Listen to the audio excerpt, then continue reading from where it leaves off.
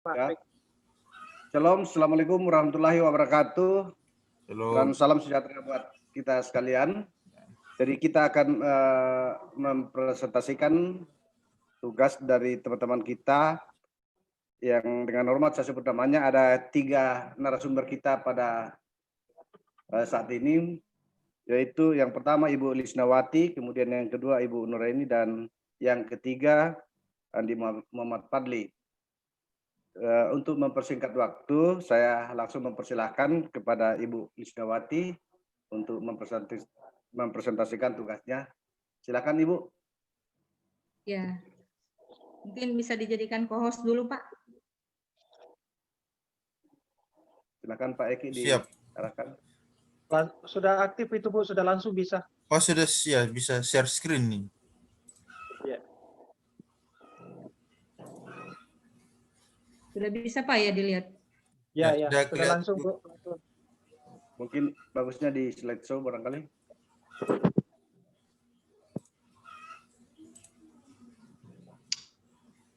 Baik, terima kasih. Assalamualaikum warahmatullahi wabarakatuh.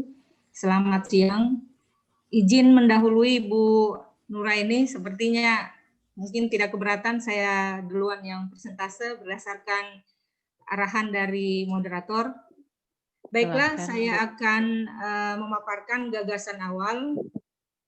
Saya memilih materi ini, memilih judul ini dengan alasan ada 2 hal sebenarnya, ada 2 pilihan. Yang pertama saya memilih judul tentang pengembangan model, tetapi saya melihat situasi dan kondisi yang barangkali tidak memungkinkan sekarang ini dalam masa pandemi sekarang ini, sehingga saya tertarik untuk beralih ke pengembangan modul pembelajaran. Dan kebetulan di modul pembelajaran PKN SD ini memang sangat membutuhkan perhatian, terutama di dalam pengembangan pembelajaran yang berbasis pendidikan karakter. Sedikit saya fokus pada subjek penelitian pada hari ini, yaitu saya mengambil mahasiswa PGSD yang kebetulan mahasiswa PGSD ini mengambil mata kuliah pembelajaran PKN SD.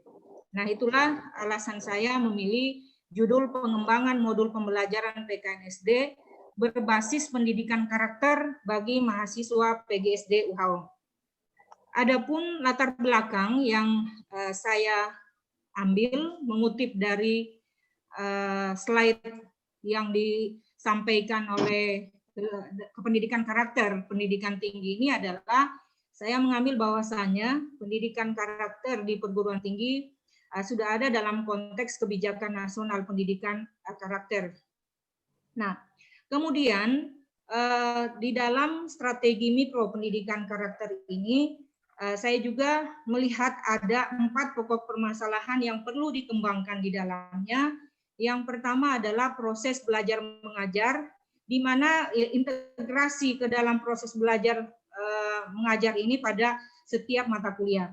Kemudian yang kedua, ini bisa dilaksanakan dalam kegiatan pembiasaan dalam kehidupan keseharian di perguruan tinggi. Ini kita masuk dalam komponen budaya di perguruan tinggi, termasuk dalam kegiatan kehidupan keseharian di perguruan tinggi. Kemudian yang ketiga, ini integrasi ke dalam kegiatan organisasi kompetensi, yang di mana ada kegiatan ekstrakurikuler di dalamnya. Kemudian berikutnya yang poin keempat di sini adalah penerapan pembiasaan kehidupan keseharian di perguruan tinggi di rumah yang hampir sama dengan perlakuan di perguruan tinggi, terutama sikap penanaman karakter. Nah, kemudian berikutnya skema pendidikan karakter di satuan pendidikan saya kira sudah ada di dalam pengembangan proses pembudayaan dan pemberdayaan. Di sini bahwasannya teori pendidikan, kemudian psikologi, nilai sosial budaya, ini pada dasarnya menanamkan nilai-nilai karakter.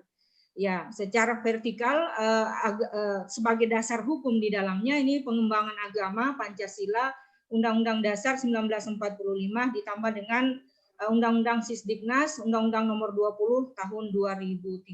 Bottom up dari ini adalah terciptanya standar kompetensi lulusan, SKL, dan best practice.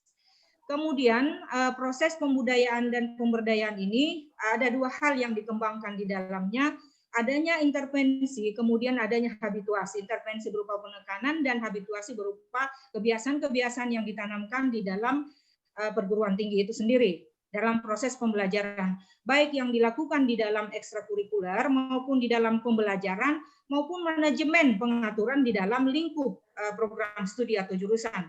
Nah, perangkat pendukung dari kebijakan ini adanya kebijakan pedoman, sumber daya, lingkungan, sarana dan prasarana, kebersamaan, komitmen pemangku kepentingan untuk mewujudkan kebiasaan yang harus dilakukan di dalam perguruan tinggi, sehingga harapan kita adalah bagaimana terciptanya perilaku yang berkarakter. Berikutnya, pendidikan karakter ini terintegrasi pada semua mata kuliah, ya kalau di SMA barangkali mata pelajaran, di mana nilai-nilai karakter ini dasarnya adalah perlu adanya suatu proses perencanaan di dalamnya. Nah, proses perencanaan di dalamnya termasuk muatan penyusunan silabus, RPP, bahan ajar. Bahan ajar ini fokus pada media cetak atau media digital. Nah, saya fokus pada bahan ajar, terutama dalam pengembangan modul pembelajaran. Kemudian begitupun di dalam pelaksanaannya. Nah, di dalam pelaksanaan ini tergantung kegiatan yang kita lakukan. Kalau misalnya kegiatan pembelajaran aktif dengan menggunakan CTL ataupun dengan metode pembelajaran aktif, inovatif, kreatif, dan menyenangkan. Kemudian terciptanya suatu bentuk kolaborasi yang terakhir, yaitu adanya evaluasi. Nah, dimungkinkan dengan adanya kegiatan pelaksanaan pembelajaran ini, baik dalam segi perencanaan maupun dalam pelaksanaan dan hasil evaluasinya diharapkan bertujuan menciptakan mahasiswa yang berkarakter. Itu. Berikutnya, saya mengutip sedikit pendapat dari Russell, itu mengatakan bahwa modul adalah sebagai suatu paket pembelajaran yang berisi satu unit konsep tunggal, sedangkan menurut Houston dan Hausen itu mengatakan bahwa modul pembelajaran meliputi seperangkat aktivitas yang bertujuan mempermudah peserta didik untuk mencapai seperangkat tujuan pembelajaran. Modul bertujuan untuk memudahkan siswa memperoleh informasi, pengetahuan, pengalaman, dan keterampilan dalam belajar.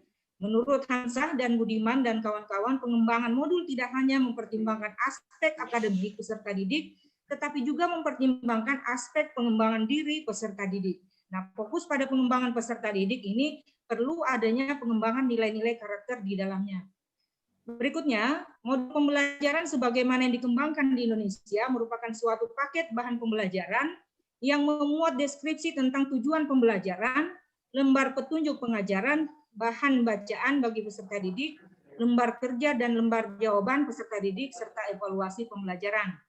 Nah, dari beberapa pendapat di atas dapat ditarik kesimpulan bahwa modul pada dasarnya merupakan sebuah bahan ajar yang disusun secara sistematis dengan menggunakan bahasa yang mudah dipahami oleh peserta didik sesuai dengan tingkat pengetahuan dan usianya agar mereka dapat belajar secara mandiri dengan bantuan yang minimal dari guru atau dosen.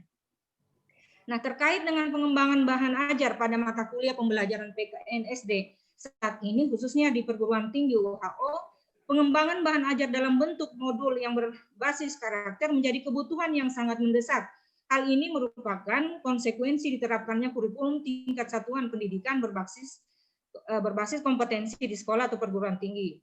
Pendekatan kompetensi mempersyaratkan penggunaan modul dalam pelaksanaan pembelajarannya.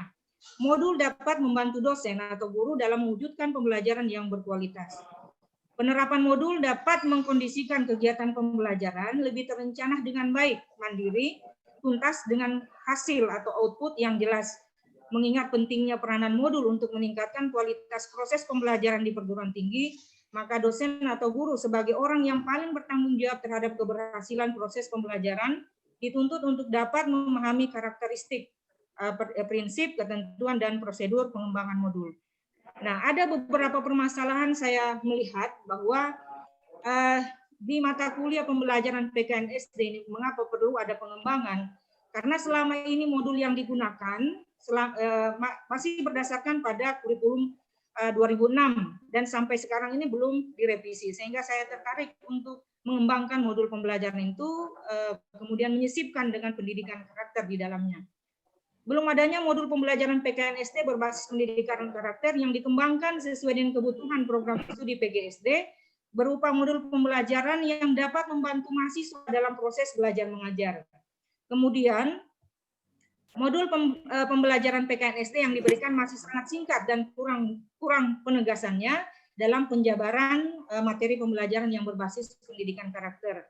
Kurang tercapainya kompetensi dan nilai pendidikan karakter dengan baik. Nah, beberapa mahasiswa belum terlalu aktif dalam proses pembelajaran, masih cenderung pasif, terlihat masih adanya mahasiswa yang berbicara dan asik dengan temannya sendiri pada saat proses pembelajaran. Dosen masih menjadi sumber utama dalam proses pembelajaran. Dengan adanya permasalahan-permasalahan di atas, maka diperlukan adanya pengembangan modul pembelajaran PKNSD berbasis pendidikan karakter yang sesuai dengan kebutuhan program studi PGSD.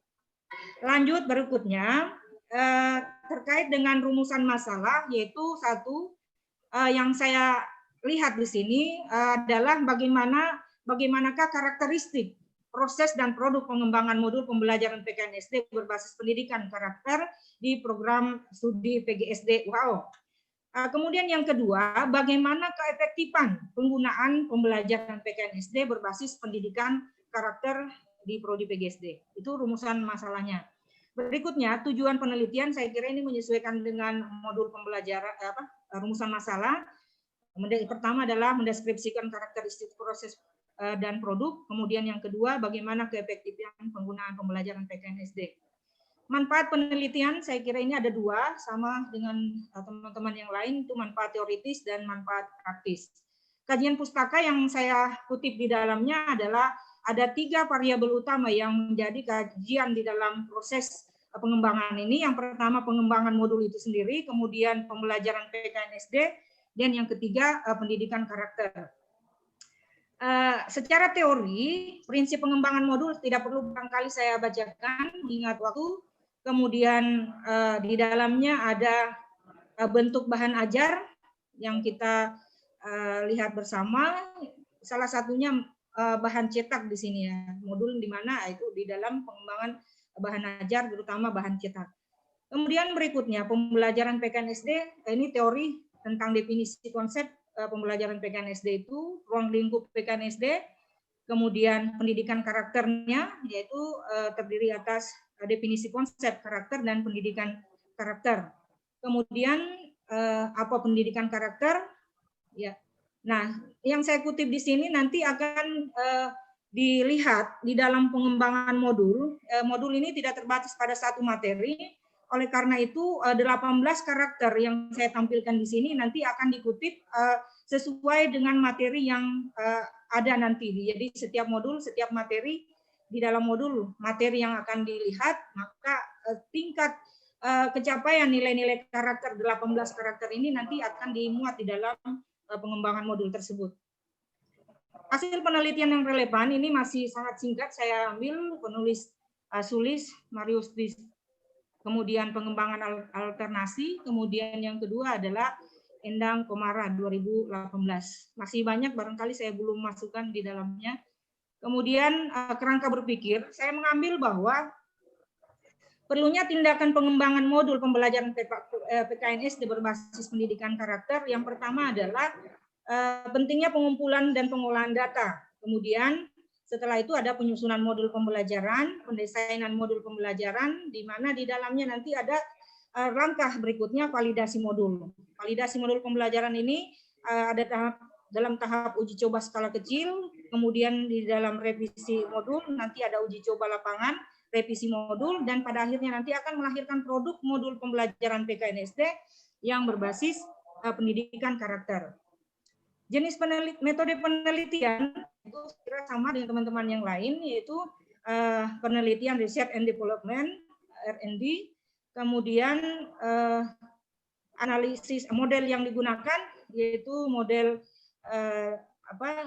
yang dikemukakan oleh model ADI, Analisis, Design, Development, Implement, and Evaluation. Ini saya kira tahapannya. Kemudian prosedur penelitian dan pengembangan oleh Sugiono, saya mengambil bahwa dimulai dari adanya potensi dan masalah tadi yang termuat di dalam latar belakang, kemudian nanti kita lihat sesuai dengan pengumpulan data, desain produk, validasi desain, revisi desain, uji coba produk, revisi produk, uji coba pemakaian, kemudian revisi produk, dan terakhir adalah produksi massal jika itu sudah layak untuk diproduksi.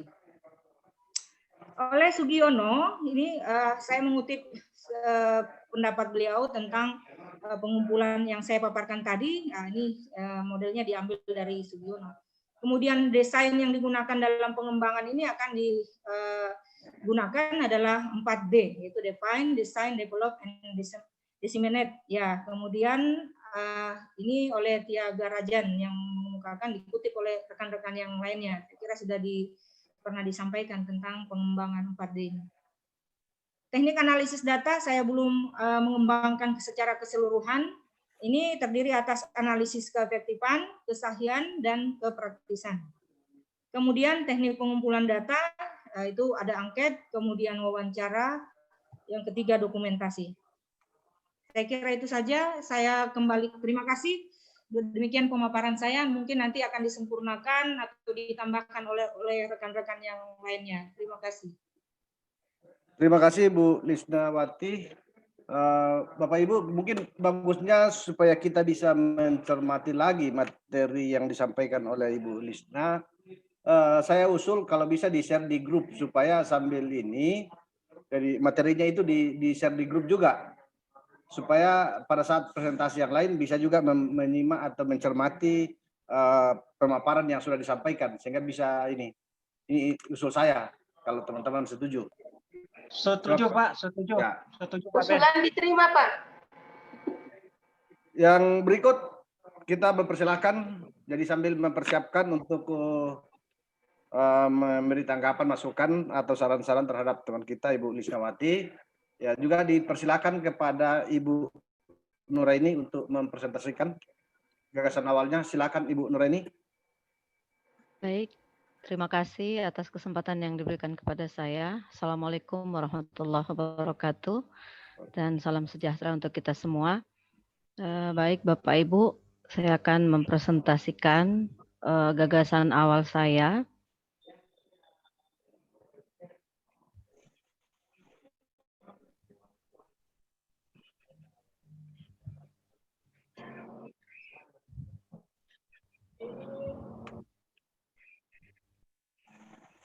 Baik Bapak Ibu,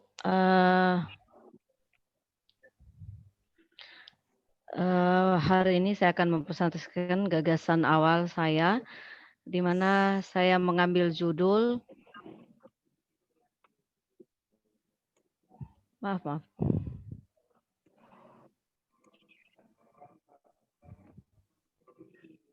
Slideshow Bu, slideshow supaya besar. Sudah tampil Pak. Sudah tampil, ya, tapi slideshow-nya yang ditekan, yang gambar layar di PowerPoint-nya. Ini slideshow. Ini sudah slideshow. Iya. Sudah tampil Pak? Sudah tampil. Oh, alhamdulillah. Baik Bapak Ibu, saya mengangkat judul gagasan awal saya, yaitu pengembangan model pembelajaran Akbulo Sibatang, Acirak Sitongka-tongka untuk meningkatkan keterampilan berpikir kritis dan pemecahan masalah siswa SDI nomor 113 unggulan Balang 2. Pengembangan model pembelajaran Akbulo Sibatang, Acirak Sitongka-tongka.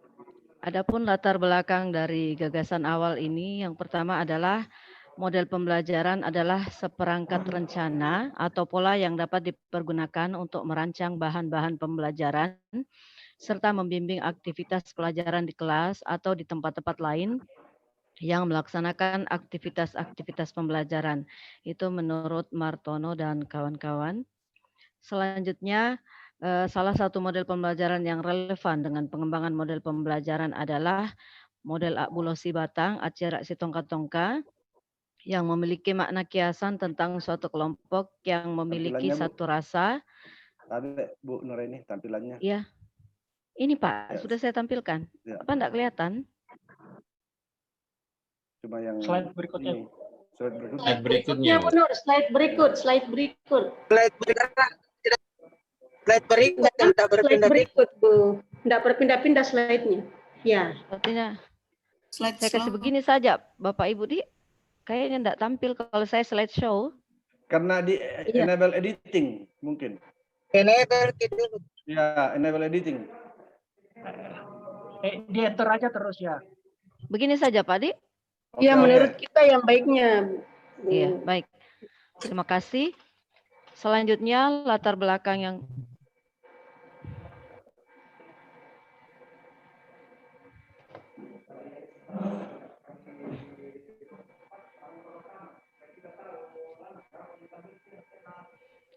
latar belakang selanjutnya adalah menurut Rashid, hilangnya nilai-nilai kebersamaan sebagai bangsa maupun karakter masyarakat yang menyimpang dari nilai-nilai luhur yang selama ini menjadi ciri dan kebanggaan bangsa Indonesia, menjadi keprihatinan bersama sehingga dibutuhkan adanya pendidikan karakter. Pada prinsipnya, pendidikan karakter di Indonesia sudah dilakukan sejak zaman Ki Hajar Dewantara, tetapi kemudian tergerus dengan adanya nilai-nilai modern yang masuk dengan begitu derasnya, termasuk adanya pengaruh yang kuat dari arus globalisasi. Selanjutnya ada pun rumusan masalah dari gagasan awal ini adalah bagaimana pengembangan model pembelajaran Akbulo Sibatang, Acira Sitongka-tongka untuk meningkatkan keterampilan berpikir kritis dan pemecahan masalah siswa SDI nomor 113 unggulan Balang 2 yang efektif. Adapun tujuan penelitian yaitu untuk menguji pengembangan model pembelajaran Akbulo Sibatang, Acira Sitongka-tongka untuk meningkatkan keterampilan berpikir kritis dan pemecahan masalah siswa SDI nomor 113 unggulan Balang 2 yang efektif. Kemudian manfaat penelitian sebagaimana yang kita ketahui ada dua, yaitu secara teoritis dan secara praktis. Secara teoritis menurut Abdul Majid, yaitu untuk dapat menyelaraskan perkembangan kemampuan dasar anak secara optimal, diperlukan kreativitas guru untuk memilih alternatif model pembelajaran yang menekankan pada aktivitas dan kreativitas serta karakteristik anak, sehingga proses belajar mengajar lebih efektif. Kemudian secara praktis, sebagai salah satu upaya untuk menunjang tercapainya tujuan pembelajaran baik bagi siswa, guru, sekolah, dan maupun peneliti. Adapun kajian pustaka yaitu model pembelajaran, kemudian Akbulo Sibatang, Acira Sitongka-tongka, berpikir kritis dan pemecahan masalah. Kemudian deskripsi teori, di sini saya menjelaskan kajian pustaka, di mana model pembelajaran adalah seperangkat rencana atau pola yang dapat dipergunakan untuk merancang bahan-bahan pembelajaran serta membimbing aktivitas pembelajaran di kelas atau di tempat-tempat lain yang melaksanakan aktivitas-aktivitas pembelajaran. Kemudian model pembelajaran Akbulo Sibatang, Acira Sitongka-tongka itu merupakan suatu model pembelajaran yang didesain secara khusus untuk kegiatan pembelajaran di kelas. Kemudian keterampilan berpikir kritis adalah suatu kemampuan seseorang dalam menganalisis ide atau gagasan secara logis, reflektif, sistematis, dan produktif untuk membantu membuat, mengevaluasi, serta mengambil keputusan tentang apa yang diyakini atau akan dilakukan sehingga berhasil dalam memecahkan suatu masalah yang dihadapi. Kemudian pemecahan masalah adalah suatu usaha mencari jalan keluar dari suatu kesulitan. Selanjutnya penelitian yang relevan, saya memohon maaf tidak menampilkan semua, jadi saya hanya menampilkan websitenya saja Bapak Ibu. Jadi yang pertama adalah pembelajaran berbasis kearifan lokal di sekolah dasar. Kemudian pengembangan model pembelajaran berbasis kearifan lokal di daerah bantaran Sungai Barito. Kemudian pengembangan model mata pelajaran muatan lokal berbasis kearifan lokal untuk meningkatkan karakter di sekolah dasar Provinsi Bengkulu. Kemudian jenis penelitian, sebagaimana yang disarankan, jenis penelitian yang kita gunakan adalah research and development. Kemudian ada satu model desain pembelajaran yang lebih sifatnya lebih generik, yaitu model EDI. Ini yang kemudian saya terapkan, yaitu model EDI ini muncul pada tahun 90-an yang dikembangkan oleh Reiser dan Malenda. Salah satu fungsi EDI yaitu menjadi pedoman dalam pembangunan perangkat dan infrastruktur program pelatihan yang efektif, dinamis, dan mendukung kinerja pelatihan itu sendiri. Kemudian model EDI ini memiliki 5 tahap pengembangan. Yang pertama adalah analysis, kemudian design, development, implementation, dan evaluation. Selanjutnya, jenis penelitian ini memiliki langkah-langkah. Langkah yang pertama yang analisis, yaitu merupakan proses mendefinisikan apa yang akan dipelajari oleh peserta belajar, yaitu melakukan needs assessment analysis atau analisis kebutuhan, dan melakukan analisis tugas atau task analysis. Oleh karena itu, output yang akan dihasilkan adalah berupa karakteristik atau profil calon peserta belajar, identifikasi kesenjangan, identifikasi kebutuhan, dan analisis tugas yang rinci berdasarkan kebutuhan. Kemudian langkah yang kedua yaitu desain. Tahap ini dikenal juga dengan istilah membuat rancangan atau blueprint, diantaranya merumuskan tujuan pembelajaran yang smart, spesifik, measurable, applicable, dan realistik. Menyusun tes berdasarkan tujuan pembelajaran dan menentukan strategi pembelajaran yang tepat yang akan digunakan nantinya. Selanjutnya langkah yang ketiga yaitu pengembangan. Pengembangan di sini adalah proses mewujudkan desain menjadi kenyataan. Jadi apa yang sudah kita desain itu kemudian kita kembangkan. Selanjutnya langkah keempat yaitu implementasi, yaitu langkah nyata untuk menerapkan sistem pembelajaran yang sedang dibuat. Artinya pada tahap ini semua yang telah dikembangkan diset sedemikian rupa sesuai fungsinya agar dapat diimplementasikan di kelas. Selanjutnya adalah langkah yang terakhir yaitu langkah kelima yaitu evaluasi, yaitu proses untuk melihat apakah sistem pembelajaran yang sedang dikembangkan berhasil atau tidak, sesuai harapan atau tidak. Selanjutnya populasi dan sampel. Populasi yaitu siswa SDI nomor 113 unggulan Balang 2 di Jeneponto. Kemudian sampel sejumlah siswa di SDI Balang 2 atau beberapa SD di Jeneponto. Kemudian teknik sampling, proporsional random sampling. Teknik pengumpulan data, wawancara, kemudian angket dan observasi.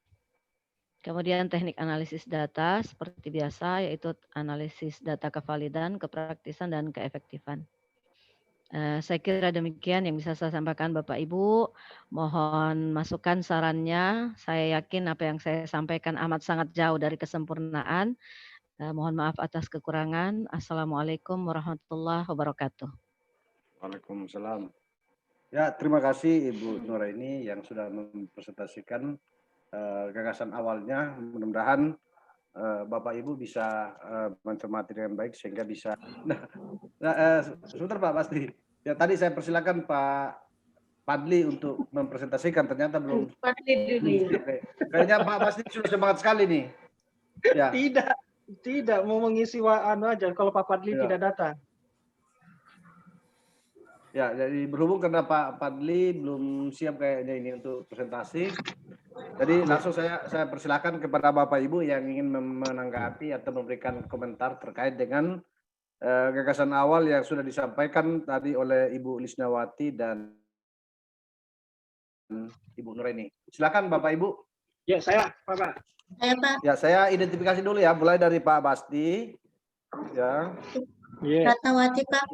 Kemudian Ibu Ratnawati. Ratna. Ada lagi?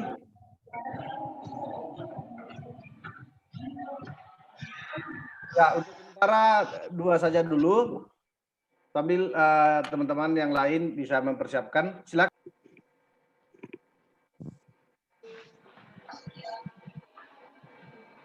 Silakan Pak Pasti. Oh iya.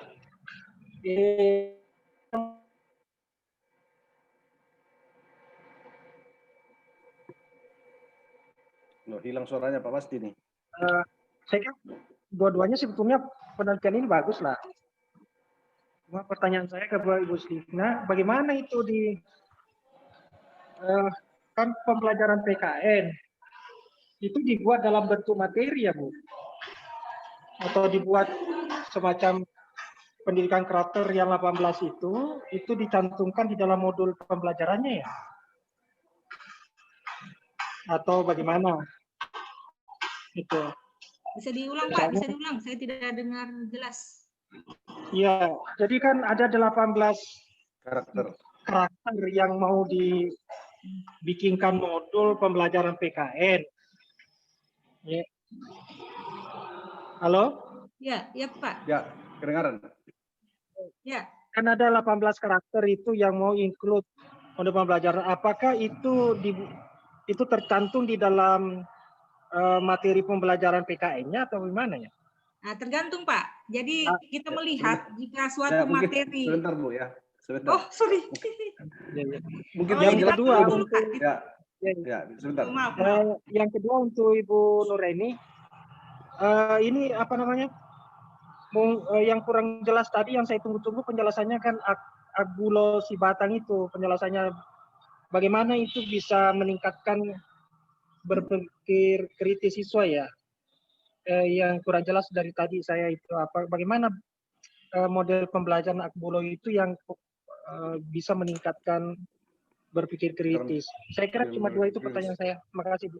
Ya, terima kasih. Terima kasih Pak Basti. Jadi ada dua pertanyaan dari Pak Basti. Yang pertama untuk Ibu Lisnawati terkait dengan bagaimana itu penerapan 18 karakter, apakah dalam bentuk materi pelajaran atau dalam bentuk modul. Ini Pak Basti mohon penjelasan dari Ibu Lisna. Silakan ya, Ibu. Terima kasih Pak moderator. Terkait dengan 18 karakter, kita ketahui bahwa kalau kita melihat PKN-nya ini adalah transformasi knowledge-nya. Sedangkan kalau pendidikan karakter ini adalah transformasi berupa bentuk kebiasaan-kebiasaan yang muncul di dalam setiap materi yang berkaitan erat dengan apa yang disampaikan di dalam materi tersebut. Jadi tidak semua yang 18 karakter itu include di dalam materi PKN. Dia sisipan, Pak. Jadi sisipan. Jika materi berhubungan dengan misalnya demokrasi, ada nilai tanggung jawab di dalamnya, ada kerjasama di dalamnya, dan karakter-karakter yang terpilih dari 18 karakter itu. Jadi tidak semua 18 karakter itu harus include di dalam materi PKN. Nah, pengetahuannya ada di dalam teori PKN, tetapi karakternya adalah sisipan. Dia bisa terpilih di antara 18 itu. Jadi tidak semua. Tinggal kita melihat saja karakter apa yang terkait dengan materi yang dikembangkan. Saya kira begitu, Pak. Saya kembalikan. Ya, terima kasih, Bu Lisnawati. Gimana Pak Basti? Tidak ada Pak Basti. Ya, mungkin dia pasang telinganya jauh saja. Orangnya tidak ada tapi ada telinganya. Ya. Pak Basti tadi itu dalam sebuah perjalanan kaki saya lihat. Ya, makanya dia pakai HP ya. Iya. Ya, mungkin ya sebelum lanjut ke ini Ibu Nuraini, barangkali mohon maaf ya, mungkin karena ini moderator apa namanya, moderator abal-abal barangkali sekaligus jadi peserta juga. Saya mau bertanya, Pak Ben. Jadi izin Pak Ben bertanya. Ya, mungkin kita selesaikan dulu yang sudah bertanya, baru nanti ada babak berikutnya. Oh, soalnya ya sudah. Biar tidak terputus ini yang si penanya nanti hilang seperti Pak. Baik, saya tadi. Ya, jadi selanjutnya saya persilakan Ibu Nuraini untuk memberikan penjelasan terkait dengan Agbulo si Batang dan seterusnya tadi. Saya juga tertarik sebenarnya ini tentang apa ya bahasa Makassar ya, tentang ini supaya kita bisa lebih memahami tentang istilah ini. Silakan Ibu Nuraini. Baik, terima kasih Pak Moderator. Jadi terkait tadi pertanyaan dari Pak Ketua Pak Basti tentang apa sih sebenarnya itu Akbulosi Batang. Jadi perlu saya sampaikan, saya jelaskan di sini Akbulosi Batang, Acirak Sitongka-tongka itu adalah salah satu kata kiasan yang biasa digunakan oleh masyarakat Makassar. Tapi di Jeneponto itu pun merupakan satu simbol di mana ini menunjukkan arti bahwa Akbulosi Batang Acirak Sitongka-tongka itu artinya satu kelompok yang memiliki satu rasa, kemudian satu keinginan untuk selalu bekerja sama dan sepenanggungan. Nah, kenapa saya mengambil Acirak Sitongka-tongka Akbulosi Batang ini? Alasan pertama adalah kita melihat bahwa karakter anak-anak sekarang, terutama di sekolah dasar itu semakin tergerus dengan adanya modernisasi. Sehingga saya berpikir bahwa saya harus mengenalkan salah satu budaya Jeneponto kepada siswa melalui suatu pembelajaran. Jadi di sini saya ingin menggunakan makna dari Acirak Sitongka-tongka Akbulosi Batang ini dalam meningkatkan kemampuan berpikir kritis siswa dan bagaimana mereka melakukan pemecahan masalah. Terus terang saya masih kabur model pembelajaran bagaimana nanti yang akan saya gunakan, tetapi inti dari gagasan awal saya ini adalah bagaimana mengenalkan anak-anak kearifan lokal yang kemudian nanti akan dikaitkan dengan bagaimana siswa tersebut, anak-anak tersebut memecahkan masalah, berpikir kritis. Saya kira demikian, Pak. Mohon saran Bapak Ibu sekalian. Ya, terima kasih Ibu Nuraini yang sudah memberikan penjelasan. Mudah-mudahan bisa memberikan inspirasi bagi kita semua. Ya, yang berikut ada lagi yang mau memberikan saran, masukan terhadap gagasan awal tadi Pak Sabil. Saya Pak, saya. Pak Sabil. Ibu Ratna, Pak. Ibu Ratna. Oh ya, mohon maaf Pak Sabil ya. Tadi Ibu Ratna ya. Iya.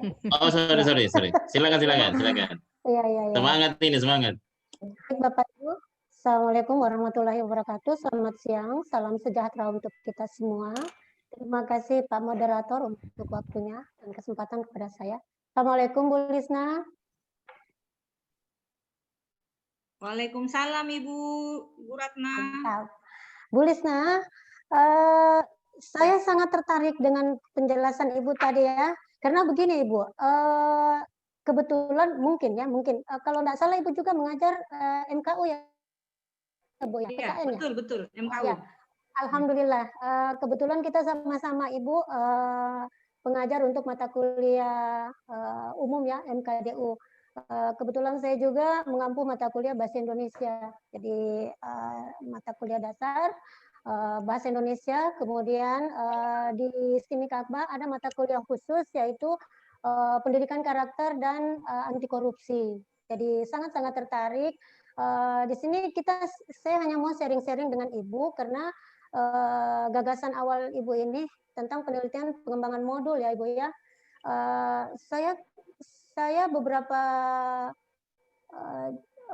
waktu belakangan ini ada kepikiran mencoba membuat penelitian.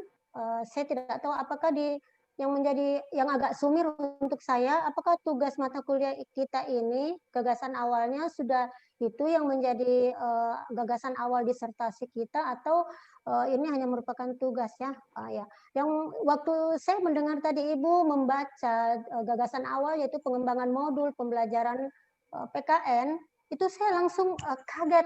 Kok bisa ya ada sedikit kalau Ibu mata kuliah PKN, kalau saya mata kuliah Bahasa Indonesia di perguruan tinggi yang berbasis pendidikan karakter. Hanya yang menjadi betul tadi ada sedikit masalah untuk saya khususnya bahwa modul yang kami pakai selama ini kami kan bekerja sama dengan Unhas ya Bu ya untuk mata kuliah umum. Modul yang kami gunakan itu memang sudah harus untuk direvisi, tetapi sampai sekarang belum kami revisi. Hanya kembali kepada pengajarnya masing-masing yang berkreasi mengikuti perkembangan perkembangan dari zaman ya. Jadi sekarang itu kan semuanya berbasis pendidikan karakter. Nah, Ibu Lisna, saya hanya ingin sharing-sharing ini.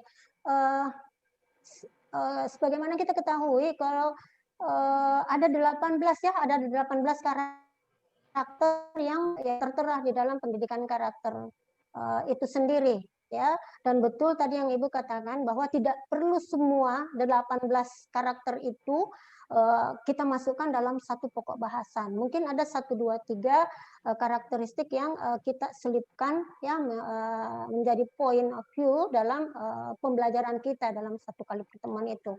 Nah, yang saya agak sedikit kesulitan, ini sharing-sharing ya Ibu Lisna. Saya hanya ingin bagaimana nanti trik Ibu untuk uji cobakan, karena kan pasti kita ada uji coba ya Bu ya, modul yang akan kita kembangkan ini kepada mahasiswa kita ya. Nah, saya agak-agak kesulitan karena tadinya saya berpikir begini, nantinya saya kalau pengembangan modul nanti itu saya akan mengambil beberapa sampel dari perguruan tinggi khususnya untuk rumpun ilmu komputer. Tetapi mungkin agak-agak ribet atau apa, disinilah saya mungkin ingin sharing-sharing sedikit dengan Ibu Lisna. Termasuk juga untuk bagaimana mengukur efektivitas dari modul-modul yang akan kita kembangkan tersebut di dalam menerjemahkan ke-18 karakteristik itu. Tapi Pak Ben, teman-teman, saya berpikir Ibu Lisna ini untuk sharing-sharing ilmu. Terima kasih Bu Kalau Ratna. untuk sedikit lagi untuk Ibu Nureni. Ibu Nureni, saya juga tertarik dengan kegigihan Ibu untuk mengangkat kearifan lokal dari budaya Bugis Makassar ya, Bulosi Batang dan sebagainya. Dan saya berharap mudah-mudahan nanti ini bisa memperkaya kita semua sesama guru, sesama dosen. Jujur Bu, saya sedang belajar dari Bu Nureni dan Ibu Lisna. Terima kasih. Ibu. Baik. Assalamualaikum warahmatullahi wabarakatuh. Waalaikumsalam Ya, warahmatullahi terima kasih dari Bu Ratna, banyak penjelasan juga kita bisa terima tadi. Mungkin ada penjelasan dari Ibu Lisnawati. Silakan Ibu. Ya, terima kasih Bu Ratna. Kalau yang dibahas tadi tentang MKDU, saya mengampu 18 prodi, kebetulan mengajar mata kuliah kewarganegaraan. Jadi saya sih di sini fokus pada prodi PGSD, di mana ada mata kuliah pengembangan pembelajaran PKNSD. Jadi kalau yang disampaikan oleh Ibu Ratna tadi itu untuk semua fakultas. Jadi bukan pembelajaran kewarganegaraan, tapi kewarganegaraan berdasarkan SK Dirjen Dikti nomor 43 tahun 2006 itu PKN kewarganegaraan, dan kembali lagi ke situ.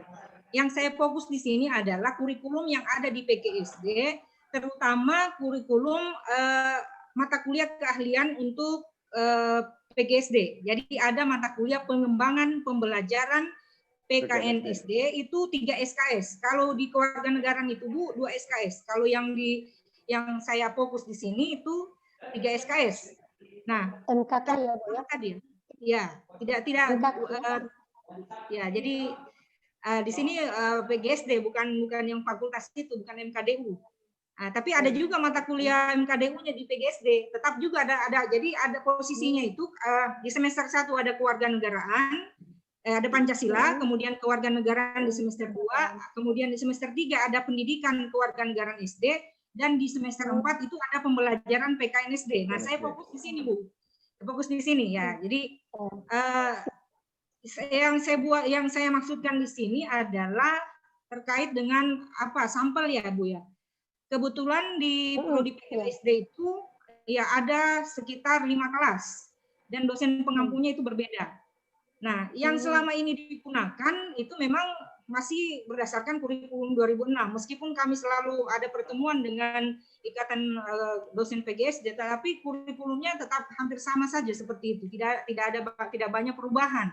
Sehingga saya juga sempat mengusulkan tentang bagaimana kalau kita buat modul secara keseluruhan untuk semua PGSD di Indonesia, ternyata belum hanya sebatas RTS saja. Jadi itu yang menarik untuk saya teliti sebenarnya.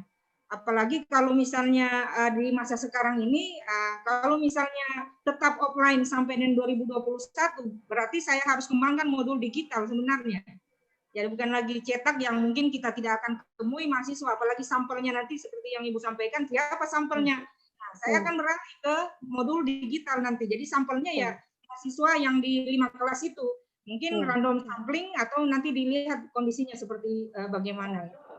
Itu Bu ya, apa lagi tadi ya? Terkait dengan efektivitasnya ya. Jadi nanti kita lihat berdasarkan alur prosedur pengembangannya, kan ada uji kelayakan. Kalau misalnya tidak layak untuk dikembangkan ya, kita kembali lagi pada prosedur semula. Nah, tadi saya sudah sampaikan tentang prosedur pengembangannya, kita akan beralih dimulai dari tahap permasalahan, kemudian terakhir evaluasi, dan terakhir itu pengembangan produksi massal kalau misalnya sudah melalui level-level yang sudah dikategorikan layak untuk produksi. Seperti itu kira-kira ya. Mungkin saya kurang ini ya, atau gimana, nanti ditambahkan ya. Ya, Bu. Terima kasih penjelasan.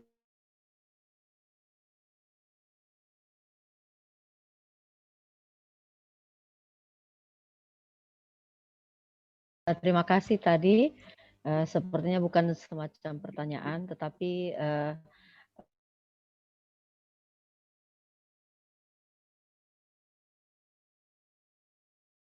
proses belajar. Kenapa saya memilih untuk mengangkat kearifan lokal pada gagasan awal ini? Karena terus terang saya melihat memang siswa-siswa utamanya karena lingkungan saya di sekolah dasar, itu betul-betul mereka sudah jauh dari hal-hal yang berbau budaya. Rata-rata mereka itu sudah sibuk dengan game online, kemudian sibuk dengan hal-hal yang bersifat modern, sehingga saya pikir saya ingin berbuat, mungkin ini hal yang kecil, tetapi saya pikir saya mungkin bisa menjadi salah satu yang bisa mengangkat budaya lokal, utamanya budaya Kabupaten Jeneponto dalam tulisan saya nantinya. Saya kira itu Bu, saya betul-betul ini proses belajar. Mudah-mudahan ada Bapak Ibu sekalian yang memberikan masukan, saran, ataupun kritik-kritik yang saya yakin pasti akan membangun. Saya kira demikian Bu Ratna.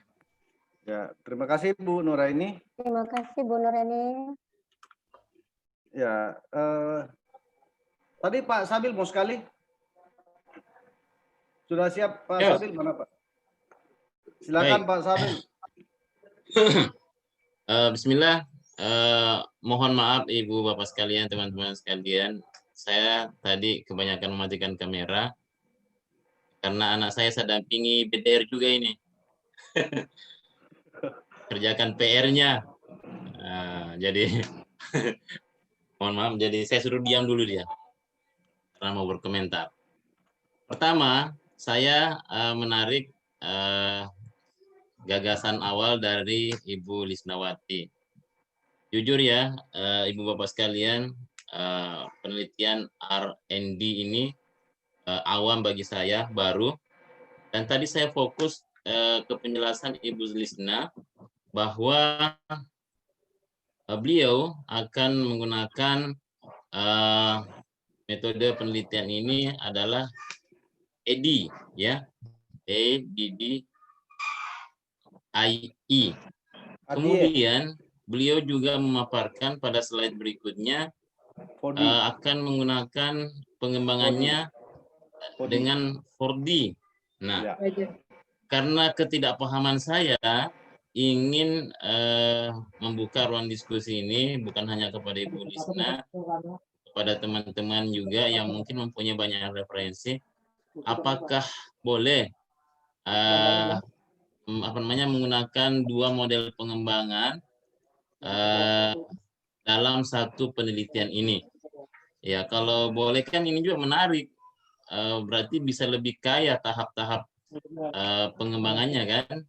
Nah, siapa tahu ada teman-teman di sini yang pernah mendapatkan seperti ini, atau memang Ibu Lisna mempunyai referensi tentang ini sehingga memaparkan tadi pada saat presentasi dua model pengembangan, satu dengan istilah metode penelitian, satu istilah model pengembangan.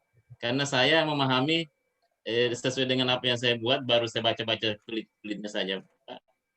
Jadi hanya satu yang saya pahami ya. Oke, itu yang pertama. Kedua,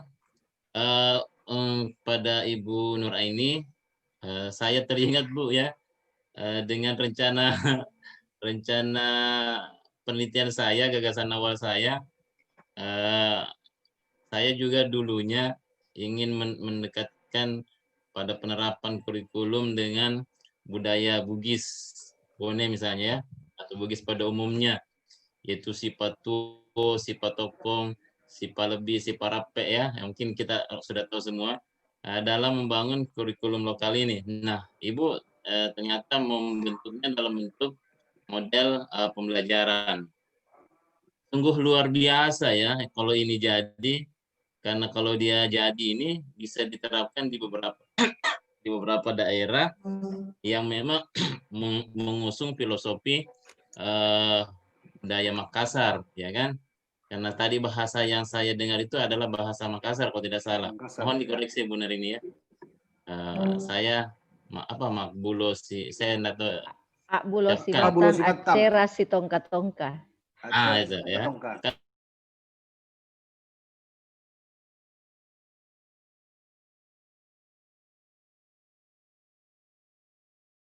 Kayaknya ya, Pak Bas orang Bugis bukan? Iya. Saya orang Bugis, Pak. Ya, saya lele kalau dengar itu si tongka-tongka. Si tongka-tongka itu bahasa Makassar saling menjaga. Oh iya. Kalau bahasa Bugis saya agak lain. Iya, betul. Kalau bahasa Bugis si tongka-tongka. Tongka-tongkang. Si tongka-tongka ya. Ya. Oke, baik, itu intermezzo saja ya, artinya. Nah, yang saya ingin mendalami, karena dia model pembelajaran, artinya saya tertarik ini Bu, sintaksnya seperti apa itu sehingga bisa menginspirasi saya nanti. Siapa tahu saya bergeser mengikuti Ibu membuat model pembelajaran seperti ini ya. Saya mau tahu seperti apa itu sintaksnya agar benar-benar bisa kita jadikan sebagai model pembelajaran dalam istilah kita secara umum di Indonesia ya. Karena tadi inspirasi dari Pak Sudirman bahwa di luar itu lebih mengarah pada istilah metode. Kalau kita Indonesia yang model agak beda, metode agak beda, tapi kita tidak masuk ke ruang diskusi itu. Hanya saya mau tahu sintaksnya itu aja Bu ya. Saya kira begitu, saya menarik sekali kedua-duanya ya. Saya kembalikan kepada Pak Ben. Terima kasih Pak Sabil. Jadi secara yang saya simak tadi ada dua yang dikomentari Pak Sabil. Yang pertama mengenai desain daripada pengembangan yang dikembangkan oleh Ibu Lisnawati, di mana tadi memang ada, saya juga menyimaknya. Sebenarnya itu tadi yang saya mau komentari, bahwa sebagai moderator yang ini juga berperan sebagai peserta, itu yang sebenarnya menjadi pertanyaan juga bagi saya, yang mana yang mau dikembangkan sebenarnya, model yang mana? Apakah model ADIE atau 4D? Ya, jadi kayaknya mau dikembangkan dua-dua barangkali. Nah, ini yang mungkin perlu penjelasan dari Ibu Lisnawati. Silakan Ibu. Terima kasih Pak, sangat menarik. Sebenarnya ini juga jadi umpan balik. Di saya umpan, ternyata memang betul ada pilihan. Saya harus memilih di antara, tetapi untuk saat ini saya belum bisa memastikan yang mana saya pilih. Kenapa demikian? Karena kedua-duanya memiliki keterhubungan antara satu dengan yang lainnya. Oleh Sugiono sebenarnya menyadur dari pendapat 4G ini, di mana beliau mengembangkan dalam 10 langkah sintaks, sedangkan 4D ini dikembangkan dalam 8 kategori. Tetapi permasalahannya tetap sama, hanya persoalannya adalah bagaimana kita melihat langkah-langkah yang mana dimasukkan sebenarnya. Kalau misalnya di tahap oleh Sugiono, ini membagi ke dalam 10, tetapi pengembangannya itu berdasarkan 4G ini. Misalnya define, ya, identifikasi masalah, analisis masalah, ini oleh Sugiono juga memasukkan di dalam tahap penulisan awal, yaitu potensi dan masalah. Jadi saya kira kalau misalnya kita lihat kembali, ini misalnya Sugiono ini menyalurkan 10 langkah, nah di Adi ini menyalurkan masing-masing satu komponen oleh define, design, dan develop, kemudian disseminate ini masing-masing mengambil 2 langkah. Tetapi saya lihat substansinya sama saja, tinggal sebenarnya ini kita memilih. Tapi kalau misalnya mau dipilih kira-kira yang mana, saya belum melihat apakah nanti saya mau mengambil model R&D Adi atau oleh Sugiono tadi, tapi salurannya sebenarnya sama itu. Sama saja sebenarnya, sintaksnya sama saja. Ya, saya kira begitu, Pak. Terima kasih, Bu. Kalau Ya, saya mungkin kalau dari saya Pak Sabil ini ya izin. jadi ya, tapi Pak Sabil ya. Kalau iya. saya mungkin apa ya?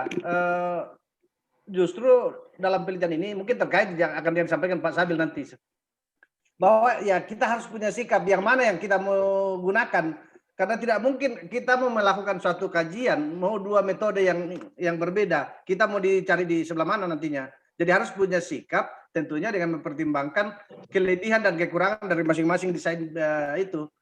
Nah, itu mungkin jadi harus, kalau saya ini saran dari saya pribadi, bahwa mungkin sebaiknya ditentukan mana yang lebih mudahkan kita sebagai peneliti. Sebab apa ya, tidak mungkin kita mau akomodir dua-dua. Itu dari saya. Silakan Pak Sabil. Iya Pak, terima kasih respon dari Ibu Lisna. Memang pada saat saya tadi mendengarkan presentasinya Ibu, sepertinya ini akan mengarah pada dualisme pemikiran, ya. Seperti tadi Pak Ben, saya hanya mau menyarankan, kalau menurut persepsi saya Bu ya, ini bukan melalui kajian yang mendalam, hanya melalui persepsi saya, bagusnya menggunakan model pengembangan EDI, ya.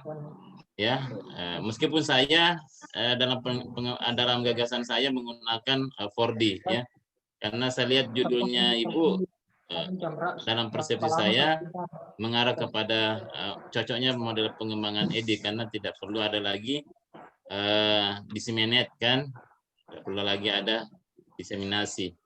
Saya kira ini masih perlu kita berbeda juga, dan Pak Sudirman tadi sudah mau berkomentar. Saya pada ada gambarannya. Saya kembalikan kepada Ben. Pak Ben. Ya, terima kasih Pak Sabil. Jadi itu tadi mungkin masih ada tambahan dari Ibu Lisnawati. Ya, sebenarnya saya terima kasih Pak Sabil ya, memang betul. Hanya saya berprinsip begini ya, ada teori dasar dan dasein, bahwa antara teori dan kenyataan kadang-kadang berbeda. Maka saya mengusulkan memang betul, memang harus memilih sebenarnya, memilih di antara 2 pilihan ini. Dan mungkin nanti jadi bahan pertimbangan saya Pak. Dan kalau misalnya saya dapatkan yang model 4G, mungkin lebih layak, seperti sama yang dikemukakan oleh Pak Sabil. Dan terima kasih Pak atas sarannya. Terima kasih atas masukannya Pak. Terima kasih. Dilihat. Ya. Pertanyaan Pak Ben. Nah, sebelum saya berpindah ke Pak Sudirman, masih ada tadi yang dipertanyakan dari Pak Sabil, khusus untuk Ibu Nuraini, ya, terkait dengan kearifan lokal yang membahas tentang Bulosi Batang, Sitongka-tongka itu. Ya mungkin kalau dalam bahasa Bugis mungkin lebih, yang saya kalau dalam bahasa Bugis saya ingat betul itu pipos pada sipatokong. Nah, mungkin ini agak ada kemiripan-kemiripannya. Nanti Pak Sabil yang luruskan itu. Ya, ini betul. Tadi Pak Sabil minta penjelasan ini terkait dengan kearifan lokal, karena ini ya betul tadi Pak Sabil bahwa yang namanya model pembelajaran harus jelas sintak-sintaknya, berbeda dengan metode atau strategi pendekatan dan lain-lain. Tapi kalau kita sudah berbicara dengan model, berarti harus jelas dengan sintak-sintak pembelajarannya. Silakan Ibu Nuraini. Baik, terima kasih. Terima kasih Pak Sabil atas pertanyaannya. Jadi tadi memang setiap daerah memiliki budaya, memiliki bahasa yang berbeda makna. Mungkin kalau di Jenepontos, di Tongka-Tongka maknanya berbeda, di Bone Pak ya, beda Bone. juga maknanya. Baik, tadi Pak Sabil bertanya bagaimana sintaks dari model pembelajaran Akbulo Sibatang Acira Si Tongka-Tongka. Jadi perlu mungkin saya fahamkan bahwa terus terang saya masih kabur model pembelajaran apa yang akan saya gunakan, tetapi di sini nantinya saya akan memilih salah satu model pembelajaran, kemudian local wisdom atau kearifan lokal Akbulo Sibatang Acira Si Tongka-Tongka ini, nilai-nilai kearifan lokalnya yang kemudian akan saya masukkan atau saya terapkan ke model pembelajaran tersebut. Jadi bukan berarti bahwa saya membuat model pembelajaran yang baru, tetapi rencananya kalau gagasan awal ini bagus untuk kemudian saya angkat menjadi tulisan disertasi, maka saya ingin mengambil satu model pembelajaran, kemudian di dalam model pembelajaran itu akan saya terapkan nilai-nilai kearifan lokal Akbulo Sibatang Acira Si Tongka-Tongka untuk melakukan pemecahan masalah dan berpikir kritis untuk siswa. Itu Pak, jadi bukan saya mau bikin model pembelajaran baru, tetapi model pembelajaran yang sudah ada akan saya ambil, terus saya terapkan nilai-nilai kearifan lokal Akbulo Sibatang Acira Si Tongka-Tongka. Saya kira begitu Pak Sabil, mohon masukannya lagi kalau masih ada. Iya, tapi Oh iya, Terima kasih Bu Nureni. luar biasa, luar biasa. Silakan Pak Sabil. Baik, merespon penjelasan Bu Nureni, saya tadinya berpikir wah ada hal baru nih yang saya bisa ambil dari Bu Nureni sehingga saya mau adopsi nanti Bu ya. Nah, baik. Kalau dari penjelasan Ibu Nureni tadi bahwa akan memilih satu model pembelajaran yang sudah ada tetapi menggunakan pendekatan budaya Makassar tadi, maka taruhlah contoh saja Bu ya, saya tidak menggiring Ibu untuk memilih misalnya model pembelajarannya. Contoh saja, misalnya yang paling umum yang kita gunakan dalam K13, misalnya discovery learning ya, DL. Jadi yang dikembangkan adalah discovery learning-nya dengan pendekatan titik-titik tadi itu. Ya, karena kalau dari judul Ibu tadi, betul-betul opini saya adalah wah model pengembangan baru ini, novelty-nya tinggi sekali nih, dan saya perlu mengadopsi kayaknya. Jadi kalau penjelasan dari Ibu Nureni tadi sedikit menyarankan seperti itu tadi, sejalan dengan tadi memilih model pembelajaran yang selama ini dilihat kelebihan dan kekurangannya, kemudian untuk memasukkan karakter lokal yaitu karakter Bugis, karakter Makassar tadi, bla bla bla bla yang itu ya. Nah, apa yang saya usulkan ini belum tentu benar ya Bu ya, hanya sebagai bahan cerita kita hari ini. Kebenarannya nanti Prof yang akan meluruskan, karena kita sama-sama belajar, hanya semua berangkat dari persepsi dan pemahaman masing-masing Ibu ya. Saya kira begitu, kembalikan kepada Pak Ben. Ya, terima kasih Pak Sabil. Ya. Sedikit Pak moderator boleh? Sedikit. Silakan. Ya, jadi mengenai model pembelajaran baru, kalaupun misalnya nanti ada arahan dari Pak Prof, mungkin ada masukan yang saya yakin pasti lebih banyak pengalaman dari saya utamanya. Kenapa tidak? Kalau misalnya memang ada yang model pembelajaran baru yang bisa dikembangkan. Nah, kalaupun misalnya tidak ada, saya mungkin bisa mengambil salah satu, mungkin misalnya kayak discovery learning, nanti diterapkanlah atau dimasukkanlah nilai-nilai local wisdom di dalamnya. Saya kira begitu Pak Sabil. Kalau saya agar lebih bagus yang ini harapan saja. Ibu kan saya tahu sebagai kepala sekolah berprestasi di Jeneponto, sudah sampai tingkat nasional, yang saya tahu referensi saya ya. Sehingga bagus kayaknya model pembelajaran baru Bu, supaya kita jual ini produknya Ibu ke Jakarta nanti bisa menjadi guru berprestasi. Setahu saya ya, dulu pernah saya ikut di simposium guru nasional hal-hal seperti inilah yang dicari oleh Kemendikbud. Hal-hal seperti ini yang dicari Kemendikbud, yang baru, novelty-nya tinggi sekali. Itu aja Bu, ya tidak perlu dikomentari, hanya harapan saja ya. Ya, makasih Pak Sabil. Pak Ya, Ben, terima kasih. komentar Terima Pak kasih, Bapak Ben. Ibu. Ya, silakan Pak Sudirman.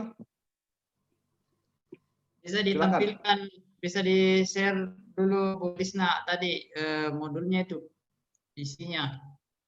Modul pembelajaran tadi. Saya lihat tadi ada Ya, silabus. kenapa Pak? Ya. Bisa Ya. di-share screen dulu tadi, konten dari teaching package-nya, modulnya itu isinya apa. Tadi saya lihat ada silabus, ada apa tadi, RPP, bisa dibuka dulu.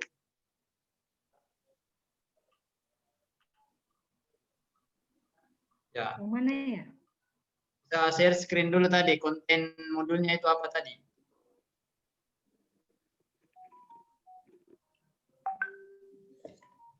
Di bagian mana ini tadi? Yang ini Pak ya? Ya, share screen saja dulu, share screen. Belum Ini- kelihatan. Oh,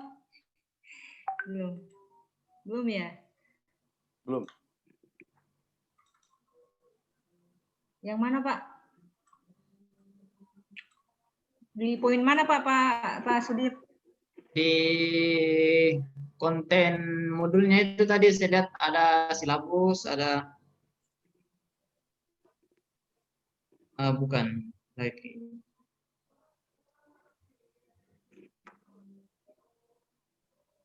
Mana ya? Yang ada silabus, banyak. ada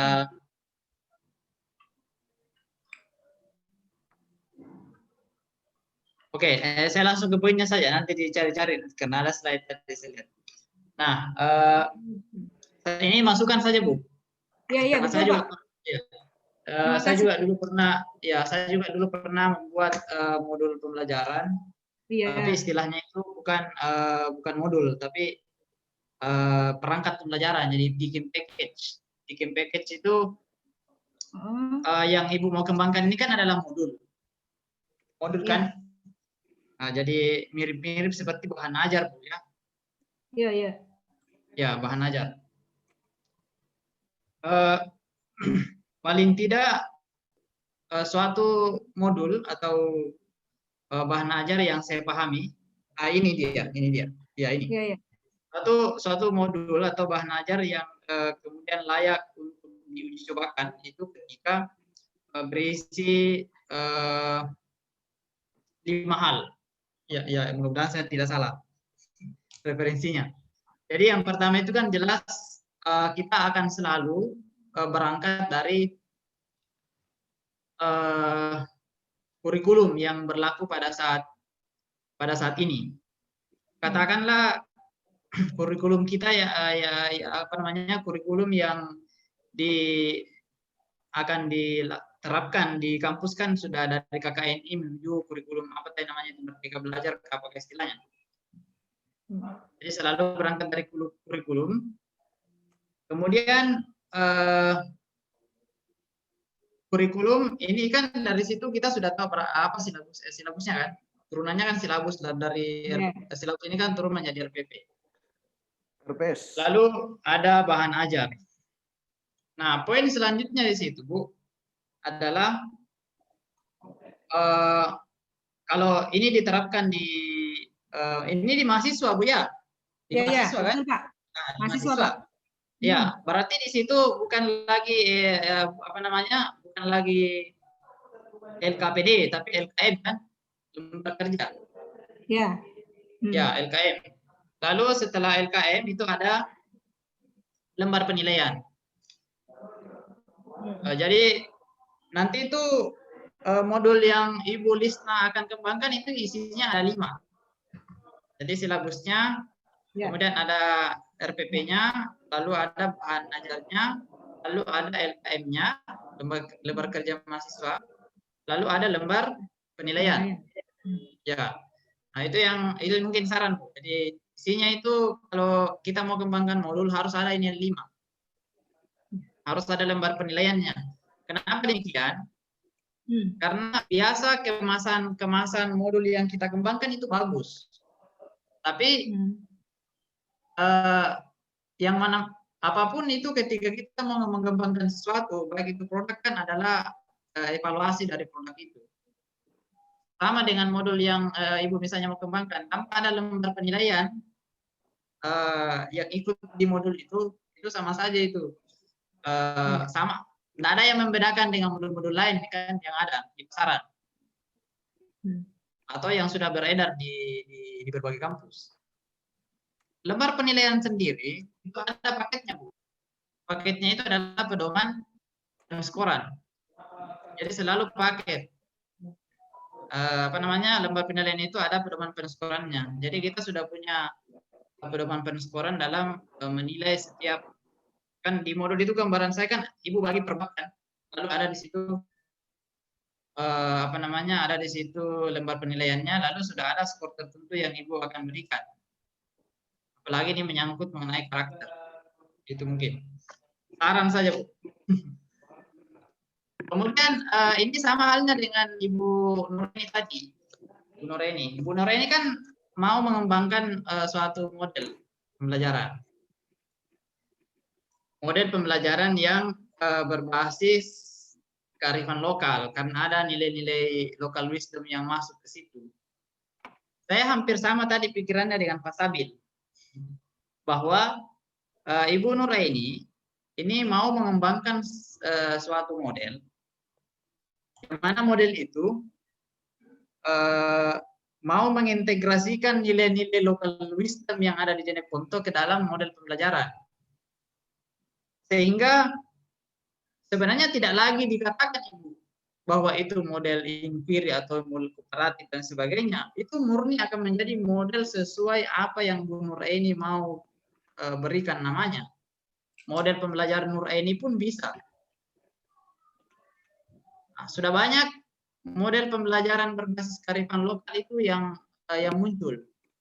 Kalau saya sendiri waktu mahasiswa S1 itu pernah dibimbing oleh dosen saya, kebetulan dia studi di Pasca, itu menggunakan model pembelajaran berbasis kearifan lokal.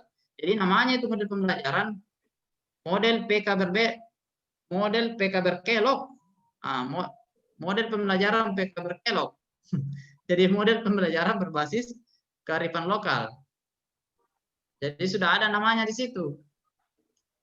Karena dia adalah model pembelajaran, tentu kan ada langkah-langkah pembelajaran yang mana nilai-nilai local wisdom itu masuk ke dalamnya dalam langkah pembelajaran itu.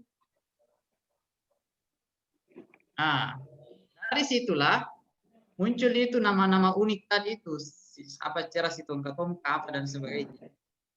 Jadi memang gambarannya kami sebagai pendengar, audiens, itu ekspektasinya adalah Ibu Nuraini itu mau mengembangkan model pembelajaran berbasis kearifan lokal, yang mana nanti Ibu Nuraini akan namai sendiri itu model pembelajaran apa. Jadi tidak sekedar hanya mengambil nama model pembelajaran yang ada sekarang lalu dimasukkanlah itu nilai-nilai itu. Jadi menjadi sesuatu yang baru. Persis dengan yang disampaikan Pak Sabil tadi. Jadi novelty-nya itu nanti Bu akan lebih wow gitu. Lagi ada istilah-istilah lokal. Jadi Jenepontonya masuk di situ. Entah itu mau dirangkai menjadi beberapa kata lalu disingkat Bu. Nah, itulah model pembelajaran ini. Nah, hubungannya apa dengan Ibu Lisna? Menurut saya itu Ibu akan tetap membuat yang namanya perangkat pembelajaran yang dikontekskan dengan model tadi itu. Jadi tetap nanti Ibu pasti bikin modul bahan ajar, bikin LKPD, bikin lembar penilaian. Jadi ya siap-siaplah kita ini karena R&D semua akan bekerja keras untuk menghasilkan suatu produk. Entah itu produk model pembelajaran, modul, perangkat penilaian, dan sebagainya. Saya kira itu saja, Bu. Terima kasih. Tetap sekali. Terima kasih, Pak Sudirman. Terima kasih, Pak Sudirman. Terima kasih. Ya. Mungkin dijawab dulu ya, sebelum karena Pak Fadli kayaknya sudah siap ya.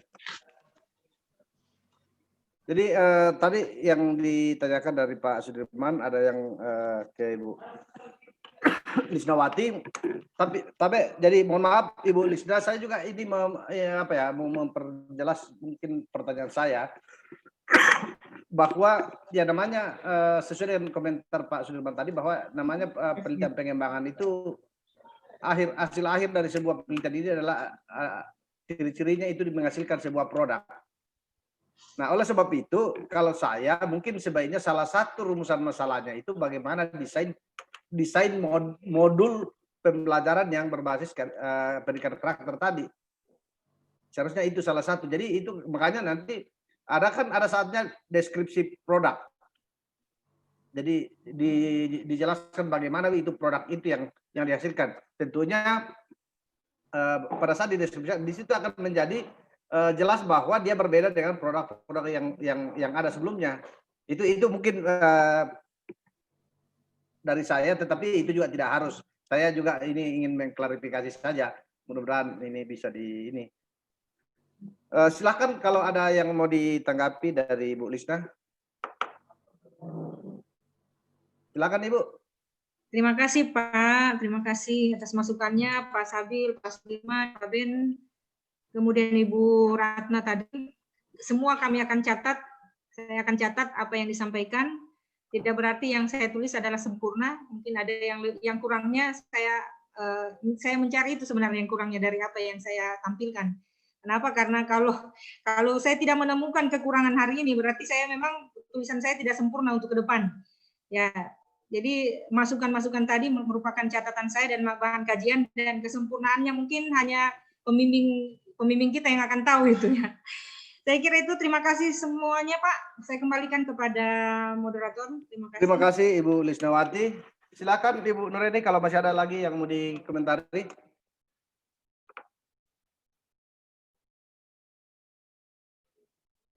Tidak ada suaranya Bu. Di unmute. Ya baik. Saya kira itu saja Pak moderator. Terima kasih kepada teman-teman sekalian atas saran, masukan, dan kritiknya. Insya Allah mudah-mudahan kedepannya bisa lebih baik lagi. Terus terang saya sangat bersyukur bisa diberikan saran dan kritik, masukannya semuanya saya catat. Mudah-mudahan bisa lebih baik dan bisa menghasilkan gagasan awal yang seperti ekspektasinya tadi Pak Sudirman dan Pak Sabil. Makasih. Terima kasih Bu Nureni. Jadi mohon maaf Bapak Ibu karena Pak Andi Muhammad Fadli sudah siap, sehingga ya tidak menutup kemungkinan nanti bahwa masih ada mungkin masukan-masukan ataupun saran-saran dari teman-teman dari Bapak Ibu untuk Ibu Lisna, Ibu Nureni sambil jalan presentasi dari Pak Andi Muhammad Fadli. Ya, saya kira begitu ya. Silakan Bapak Andi Muhammad Fadli untuk mempresentasikan gagasan awalnya. Silakan Pak. Terima kasih Bapak Ibu. Sebelum pindah ke host, izin. Oke.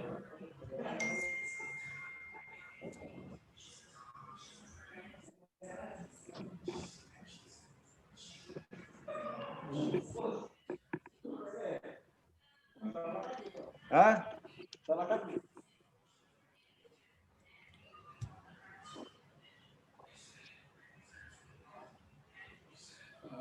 Sebentar Bu, saya tampilkan lebih jelas dulu.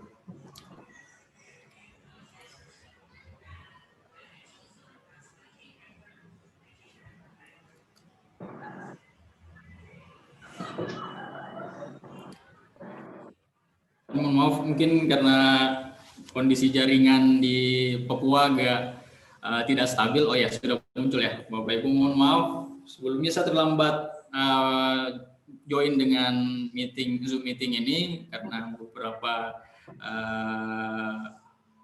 kendala teknis tadi. Assalamualaikum warahmatullahi wabarakatuh. Saya ucapkan selamat sore dari ujung timur Nusantara. Gagasan awal yang saya coba akan gagaskan coba lakukan ke depan sebagai bahan saya untuk melakukan riset tentang disertasi itu ya adalah penggunaan aplikasi pembelajaran visual penjas. Kebetulan saya berlatar belakang pendidikan dari pendidikan jasmani olahraga yang diperuntukkan untuk penjas adaptif pada peserta didik tunarungu. Jadi untuk anak berkebutuhan khususnya tunarungu. Nah, adapun yang menjadi latar belakang kenapa gagasan itu saya coba untuk jadikan sebagai rencana disertasi ke depan.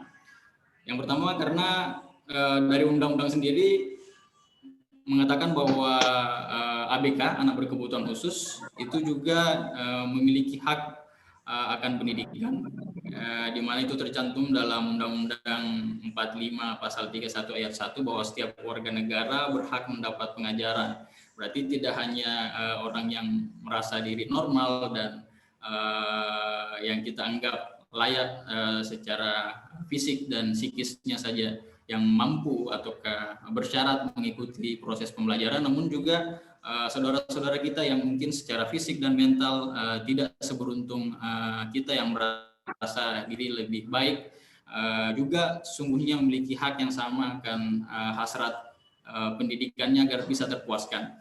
Nah, itu mungkin menjadi tanggung jawab kita bersama sebagai orang-orang di bidang pendidikan, ada yang sebagai guru, peneliti, dan lain sebagainya, untuk memberi solusi-solusi seperti apa kira-kira yang menjadi hal yang bisa mengakibatkan efek yang positif untuk perkembangan proses pendidikan, khususnya pada disabilitas ini. Nah, itu salah satu latar belakangnya kenapa saya mencoba membuat suatu pemikiran, gagasan yang dikhususkan kepada saudara-saudara kita yang berkebutuhan khusus. Nah, secara teknis, mengapa penjas olahraga adaptif juga yang menjadi kajian saya dan gagasan saya ke depan? Karena menurut beberapa kajian-kajian sebelumnya, di mana pada S1 dan S2 saya juga fokus mengenai penjas adaptif, olahraga adaptif. Kalau mungkin secara olahraganya, konteks olahraganya kita mungkin sering mendengar namanya Paralimpik, yang olahraga yang diperuntukkan untuk orang-orang disabilitas itu. Yang menjadi permasalahan secara umum yang saya lihat setelah mencoba fokus dalam kajian ini adalah masih adanya diskriminasi kelompok-kelompok sosial itu terhadap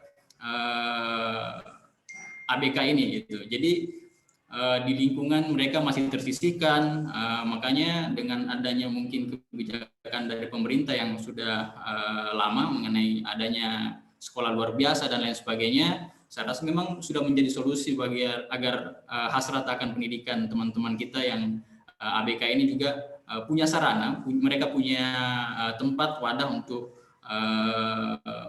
memuaskan dahaga mereka akan pendidikan gitu. Hanya saja itu masih tetap ada diskriminasi dan lingkungan memang perlu diedukasi dan itu merupakan tanggung jawab kita bersama. Selanjutnya adalah mengapa penjas adaptif dan olahraga adaptif yang menjadi fokus saya, karena pola komunikasi juga yang menjadi penghambat. Terkhusus di kajian saya pendidikan jasmani olahraga, kalau di beberapa kasus termasuk di Makassar, di Sulawesi Selatan, dan di Papua, di sini beberapa tahun saya coba melihat-lihat situasi dan kondisi, ternyata hampir sama polanya bahwa yang mengisi mata pelajaran penjas atau yang menjadi guru penjas, guru olahraga di sekolah luar biasa itu yang notabene-nya diperuntukkan untuk saudara-saudara kita yang anak berkebutuhan khusus ini, masih banyak yang tidak berlatar belakang olahraga, sehingga potensi adanya ketidaksesuaian penyampaian atau delivery materi dari pengampu mata pelajaran karena dia tidak berlatar belakang pendidikan jasmani, itu bisa saja terjadi karena mungkin secara pemahamannya secara kontekstual yang ada di buku saja tidak berlatar belakang pure dari pendidikan jasmani, sehingga potensi itu ada. Nah,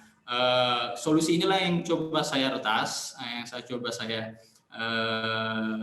buatkan solusinya, dan harapan saya sore ini bisa menjadi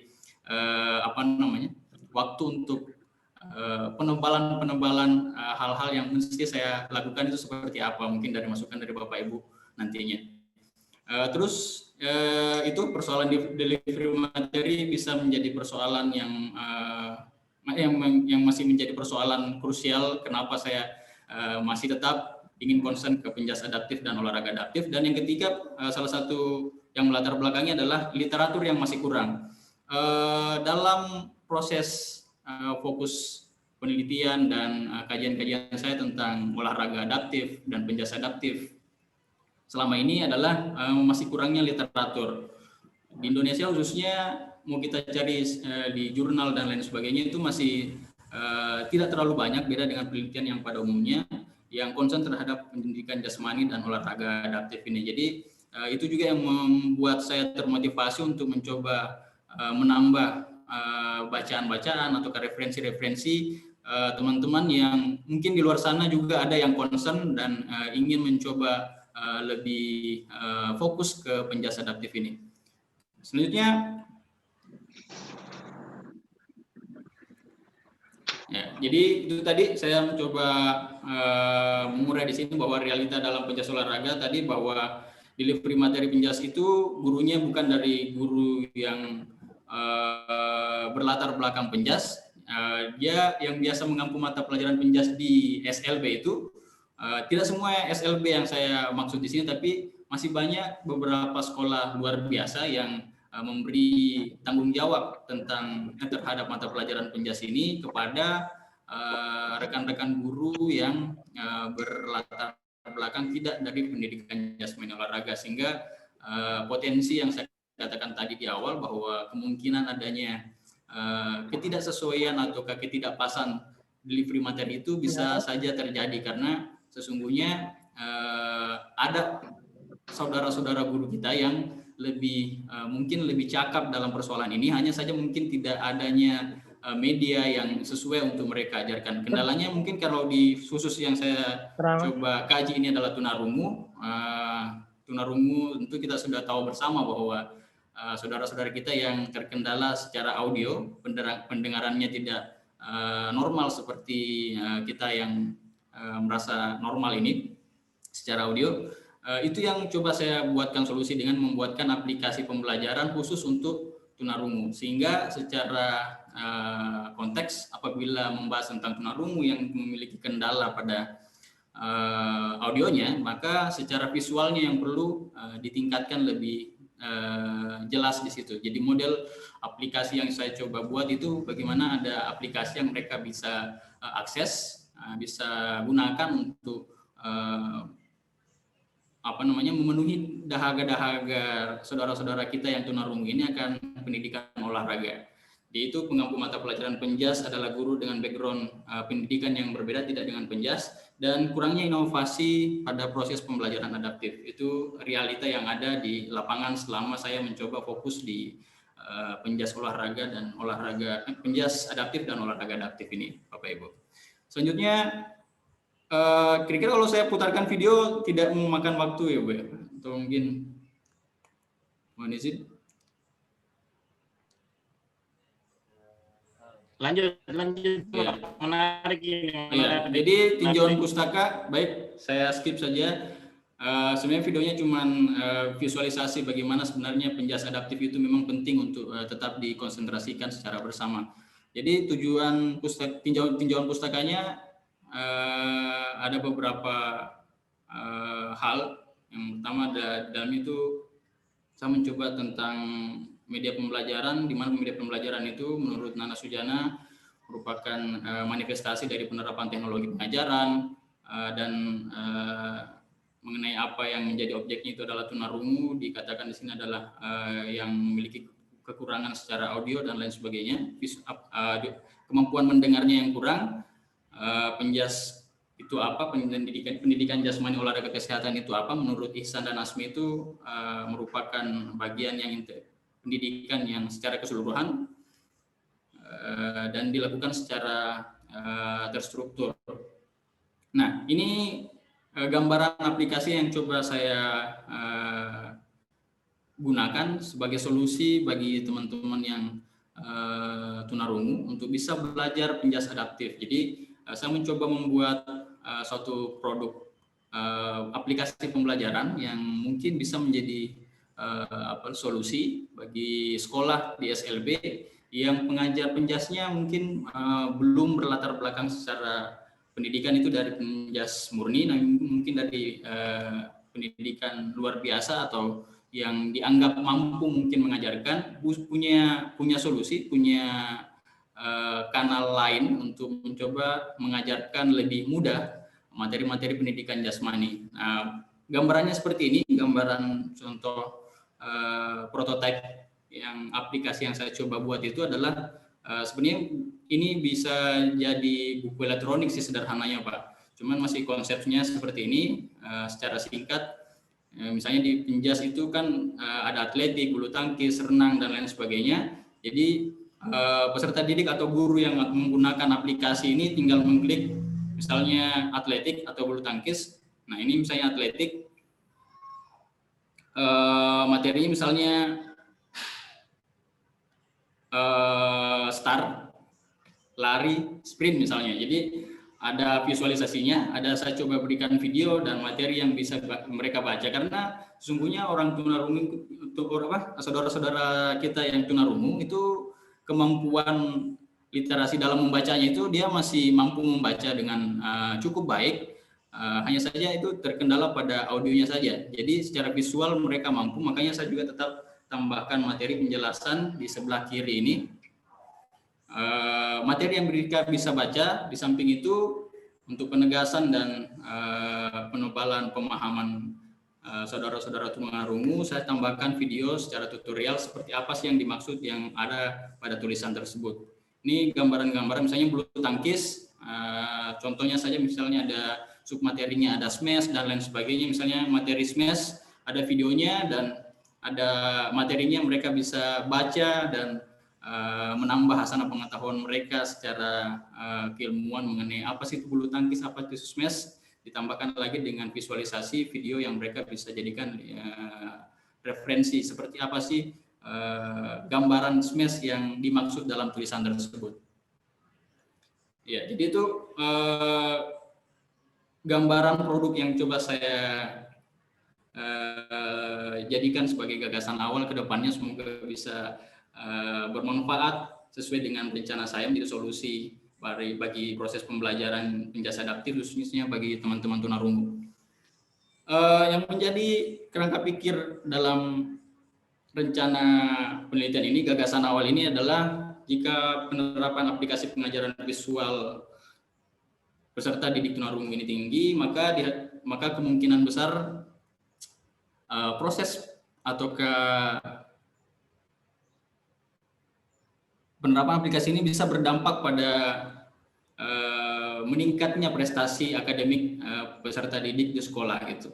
Jadi itu kerangka pikirnya, dan ini beberapa visual gambar mengenai seberapa pentingnya penjas adaptif itu karena berdampak pada olahraga, yang dimana tentu kita tahu bersama bahwa salah satu cara ataukah way untuk kita bisa mengharumkan nama bangsa itu melalui olahraga, dan juga sudah ada ranahnya bahwa Paralimpik itu di Indonesia juga sudah memiliki tempat yang istimewa di situ.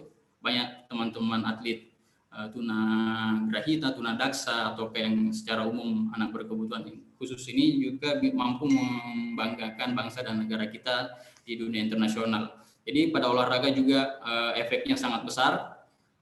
Dan pada pendidikan tentu proses pembelajaran mampu meningkatkan motivasi, gairah dalam belajar. Mungkin karena selama ini metode pembelajarannya konvensional dan ada kemungkinan yang saya prediksi tadi bahwa delivery materi tidak terlalu pas karena masih banyak SLB yang tidak menggunakan jasa teman-teman guru dari olahraga yang mencoba mengampu mata pelajaran ini. Ini bisa menjadi sarana solusi bagi teman-teman yang kondisinya seperti itu, sekolah SLB yang kondisinya demikian, bisa menggunakan solusi yang coba saya tawarkan ini dalam proses pengajarannya agar bisa lebih mudah dan efisien, dan harapannya delivery materi itu bisa berjalan lancar dan terterima dengan baik tentunya. Metode penelitian tentu saya mencoba menggunakan R&D tadi itu, di mana ada produknya tadi, ada pengujian produk yang tentu kita sudah ketahui bersama tahapan-tahapan penelitian, riset and development sampai dengan produksi massal. Jadi mungkin seperti itu Bapak Ibu yang coba saya bisa sampaikan dalam rencana gagasan ini.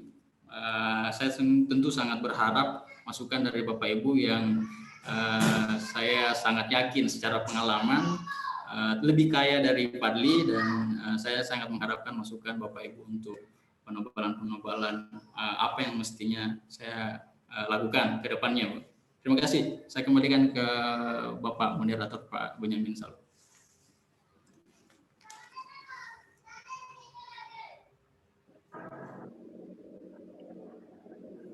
Boleh ditunjukkan judulnya Pak Fadli. Oh iya Pak, baik.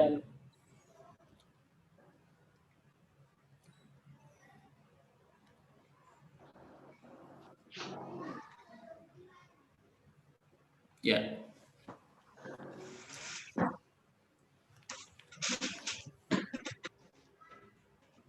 Jadi sebetulnya Pak Fadli bikin aplikasi ya?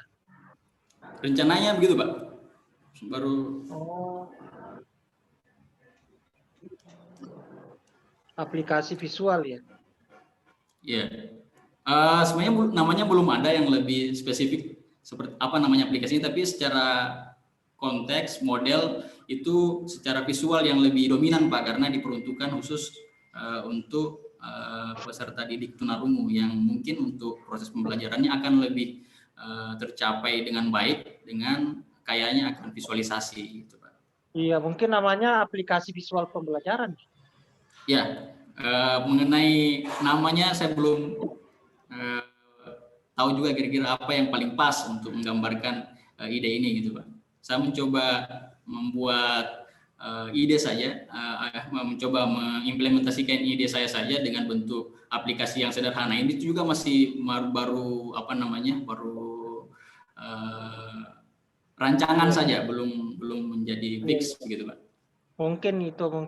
Tapi kalau visual itu kan yang dilihat. Nah, ada dilihat dalam video kan bentuknya atau bagaimana? Video ya Pak? Iya, jadi mohon izin Pak Bonyamin Salu, saya izin mencoba merespon. Silakan Pak. Oh ya, izin Pak pasti. Jadi model produk yang coba saya buat itu tadi seperti yang saya gambarkan. Ya, ini.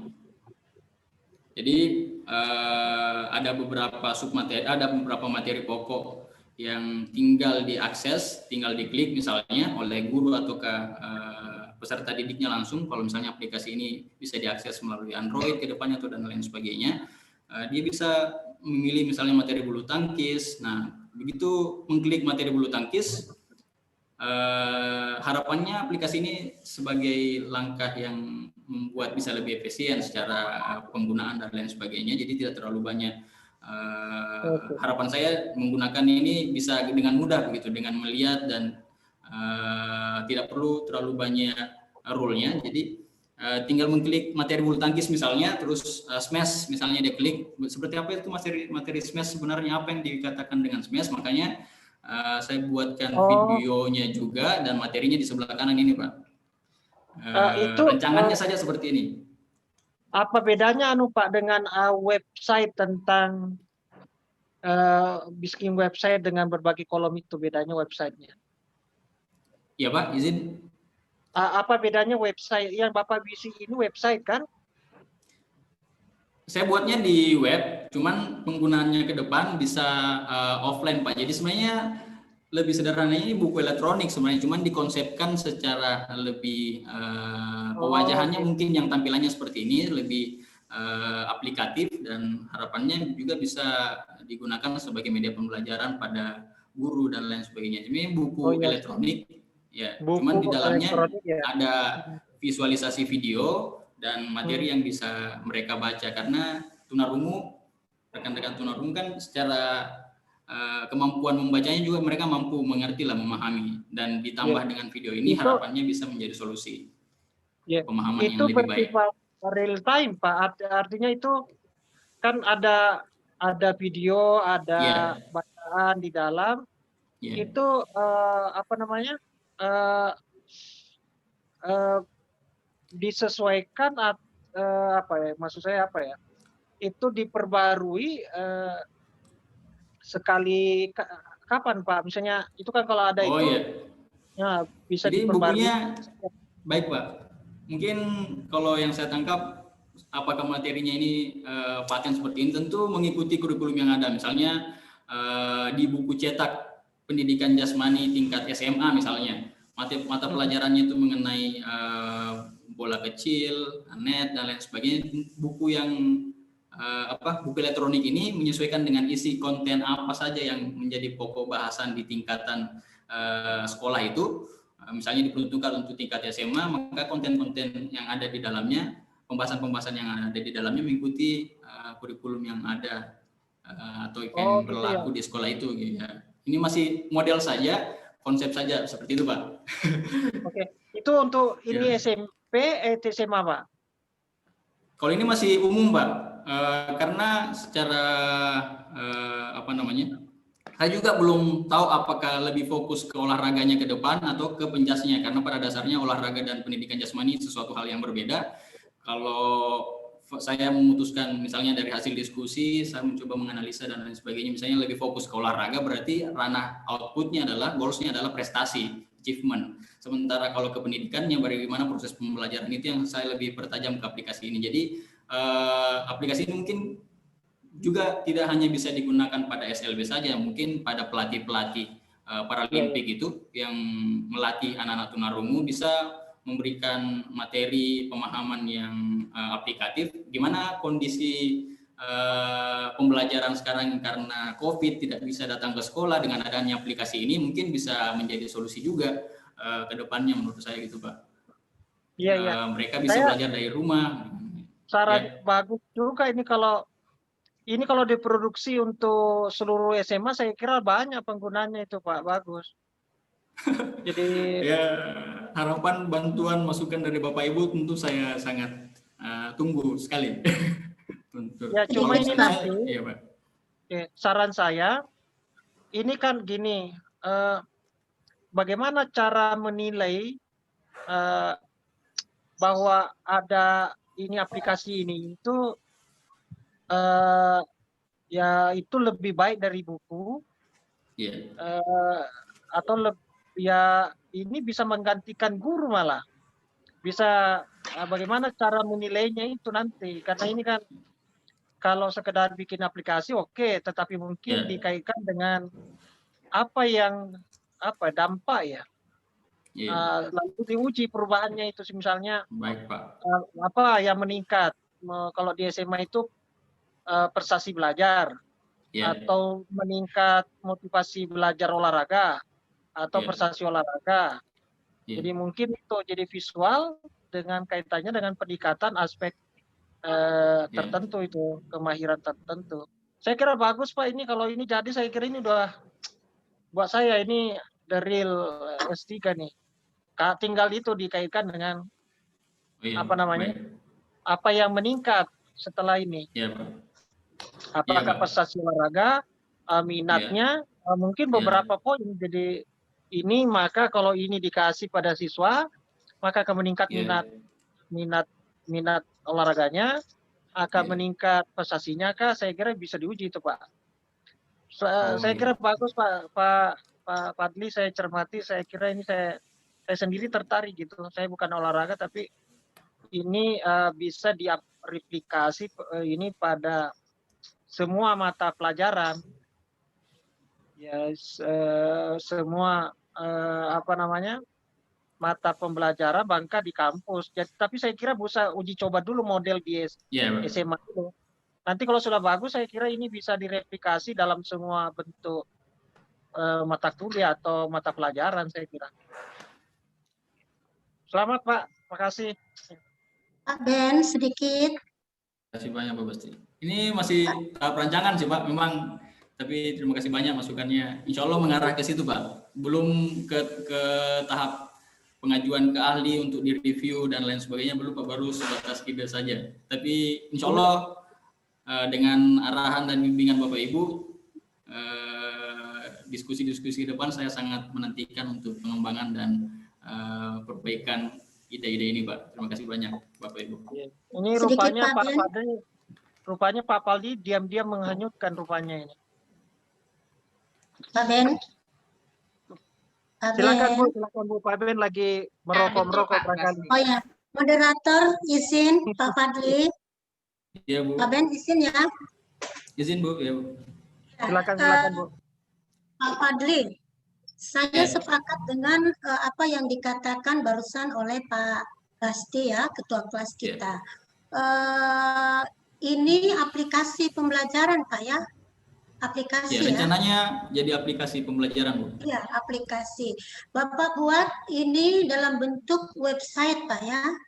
Sementara dibuat ditarik dari website, cuman produknya nanti apakah bisa mungkin dimasukkan ke Android dan lain, bisa di-download dan lain sebagainya, masih butuh pengayaan yang lebih dalam lagi. Iya, ini sangat menarik sekali karena kalau memang ini nanti dikembangkan berarti Bapak sudah lintas ilmu. Jadi di sini juga saya melihat ada IT-nya ya, pengembangan aplikasi pembelajaran berbasis Android lah. Karena kan di mana-mana kan semua berbasis Android ya, lebih fleksibelnya berbasis Android. Kemudian begini. Saya sangat tertarik ya. Kalau tadi ada pertanyaan dari Pak Basti, bagaimana cara pengukuran ya? Ada pengukuran core yang akan dinilai ya, Pak Basti ya. Kalau saya tidak salah ya, dia mau ambil masalah ini itu dan sebagainya. Saya teringat dengan salah satu tugas skripsi mahasiswa saya. Jadi itu game edukasi. Barangkali bisa dikombinasikan. Jadi berbasis Android, kemudian kalau untuk pengukuran barangkali bisa dikembangkan nanti kita sharing-sharing dengan banyak teman-teman lain ya, kita lintas-lintas ilmuwan. Ini sistem pakar juga, karena kalau mau mengukur ya, jadi nanti masuk IT-nya. Jadi nanti di situ ada kalau untuk penilaian ada sistem pakarnya, Pak. Ini bagus loh, Pak. Ini saya sangat sepakat dengan Pak Basti bahwa ya. Insya Allah nanti akan mengarah ke expert judgment dan sebagainya, menjadi prasyarat apakah produk ini layak atau tidak. Ya, artinya kan ada pengembangan ya, uji kelayakan. Kemudian nanti malah saya berpikirnya begini, Pak, ketika dia berbasis Android, kita bisa kemas sedemikian rupa, kita justru pasang di APPS ya, jadi nanti dapat duit lagi, Pak, dari situ. Kita komersil sedikit tak apa-apa lah, ya kita buatkan haki, kita patenkan, kita dapat lagi gelar dari S3 kita ya, Pak. Keren loh, Pak, keren sekali nih. Ini lintas-lintas keilmuan ini masuk di sini. Alhamdulillah. Demikian Pak dari saya. Saya melihat ini, wah keren ini. Ya, tinggal di apa namanya, dipoles, jadi masuk tentang ilmu apa namanya pendidikannya, kemudian masuk juga IT-nya ya, kemudian bisa dapat duit loh ini, Pak, dipatenkan aja ini. Mantap, Pak. Terima kasih Pak Benyamin. Terima kasih, keren sekali. Amin. Mohon bantuan, masukan dan saran Bapak Ibu. Sama kerennya dengan Pak Fadli.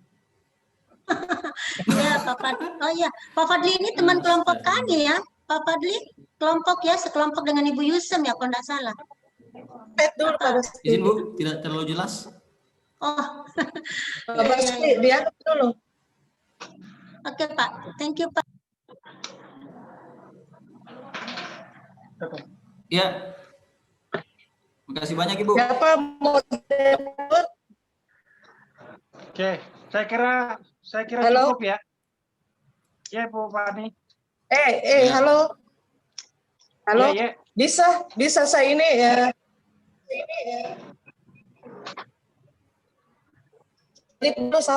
Salib dulu satu.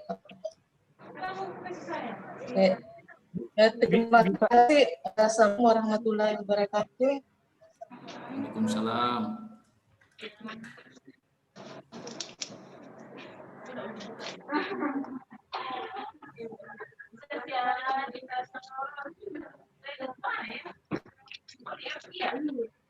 Mana Ibu Marhani?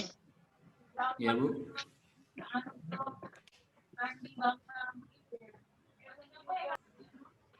Gak kedengaran ya? Bu Marhani? Silakan. Ya, tidak kedengaran. Kalau suara saya kedengaran ya? Kedengaran, Pak. Ya. Apalagi kalau sambil Sorry. Ya, oke. Saya ulangi, Pak. Artinya ini kita punya rencana ini, Pak, antara ke pendidikan jasmaninya atau ke pendidikan olahraganya. Sempat tertangkap tadi bahwa Pak Fadli ini mengatakan bahwa memang betul itu, Pak, beda antara pendidikan jasmani dengan pendidikan olahraga.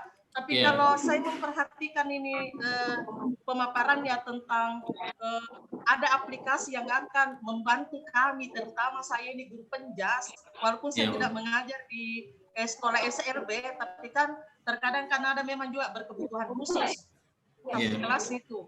Bagus sekali itu, Pak, apresiasi sekali. Cuma kalau saya sarankan jangan mikir ke penjasnya, Pak. Ke pendidikan olahraganya, tapi ke penjasnya.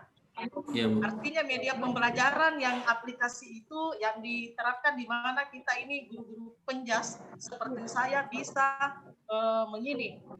Ini nanti rencananya Pak Fadli ini bagus sekali karena aplikasi yang membantu cocok sekali di era pandemi ini untuk mengajarkan pendidikan jasmani, Pak. Jadi jangan ke pendidikan olahraganya kalau saya. Baik, Ibu. Terima kasih, Ibu. Itu saja Pak Fadli. Bagus sekali, keren. Terima kasih. Terima kasih Bu Marhani. Semoga bisa terwujud ini sebatas ide saja, masih langkah panjang ke depan yang mungkin tentu sangat butuh bantuan dan masukan support dari Bapak Ibu sekalian. Ya, sedikit dari saya mungkin Pak Fadli. Tolong kalau bisa ditampilkan judulnya. Ya, saya sebagai peserta juga ini mau mengomentari judulnya. Sebenarnya terkait dengan yang disampaikan Pak Basti tadi. Tolong Pak Fadli tampilkan judul. Jadi judulnya, ya. Betul, saya sepakat dengan Pak Basti tadi bahwa judul itu harus jelas di situ apa masalah yang mau diselesaikan, mau diatasi. Oh iya, Pak. Supaya tidak larinya ke sana kemari nanti. Kan tadi macam di sini kok tiba di penjelasan tadi tiba di kajian pustaka tiba-tiba muncul motivasi. Di sini enggak ada hubungannya. Apakah memang jadi mungkin ya seperti yang disampaikan tadi Ibu Ratna, Ibu Marhani, mungkin judulnya apakah misalnya pengembangan desain pembelajaran atau pengembangan media pembelajaran berbasis visual, ya. Jadi supaya jangan penggunaan, ya, ini saran saya dari pribadi, mungkin bisa dipertimbangkan dan harus jelas tujuannya untuk apa. Sehingga jelas nanti masalahnya dalam rangka menyelesaikan masalah apa, sehingga betul-betul bisa dirasakan manfaatnya. Sebab saya melihat judulnya ini tidak jelas permasalahannya yang mau diatasi. Terima kasih banyak, Pak. Sehingga nanti ya misalnya contoh pengembangan media pembelajaran berbasis visual, media pembelajaran olahraga adaptif berbasis visual, kan bisa. Nah, jadi kira-kira seperti itu. Tapi ya mungkin dibatasi ke seperti yang disampaikan Ibu Marhani, apa ke olahraganya, tidak usah ke penjasnya, kira-kira seperti itu. Jadi harus jelas itu masalahnya yang diatasi. Mungkin masih ada dari Bapak Ibu yang ingin memberikan masukan, silakan. Sudah bagus. Aduh. Tinggal implementasi ya. Masih butuh. Ini penguatan ibaratnya lagi, hutan sudah jelas arahnya kemana, tinggal diperbaiki sedikit-sedikit saya kira. Yakin saya kalau itu Bapak ajukan dia setujui. Langsung disuruh penelitian. Aduh, butuh support, dukungan, masukan, arahan, Pak. Silakan Bapak Ibu, jika masih ada yang ingin berkomentar terkait dengan pemaparan dari gagasan awal teman-teman kita hari ini, silakan. Pak, Assalamualaikum Pak Ben. Silakan Ya. Ibu Lisnawati. Oh iya, Iya, Bu. Pak Padli. Iya, Bu, Ini siap. Izin. pembelajaran visual atau audiovisual Pak Padli? Kalau Saya visual kurang kan jelas, tidak Bu, terlihat, izin. kan? Ya, ini maksudnya audio visual atau visual? Visual toh. Oh iya betul. Sebenarnya kalau sesuai aplikasi yang ada di dalamnya ada visual dan audio karena ada videonya juga Bu, tidak hanya visual. Cuman visualnya yang saya jadi penekanan di sini karena diperuntukkan khusus tunarungu yang secara audio mungkin dia tidak mampu meresap informasi secara maksimal melalui audio. Makanya yang saya lebih tekankan ke visualnya. Visual. Iya, Buat visual, video Pak. yang visual. Tunarungu Betul, ya. visual. Visual. Ya, berarti dia fokus sama visual saja Pak ya. Iya, lebih fokus ke situ Ibu. Saya kira visual, Pak. Ya, begini maksud saya Pak Padli, karena mungkin bisa selain tunarungu mungkin yang lain juga bisa yang berkebutuhan khusus kan bisa menggunakan aplikasi ini Pak Padli. Kalau dikembangkan misalnya ya. Iya. Kalau misalnya kita fokus ya memang betul. Kalau tunarungu ya visual mungkin. Tapi kalau saya tertarik dengan aplikasi ini kan misalnya digunakan juga untuk anak yang berkebutuhan khusus Pak, selain tunarungu. Ya Pak Padli ya? Sebenarnya ya Bu, baik Bu.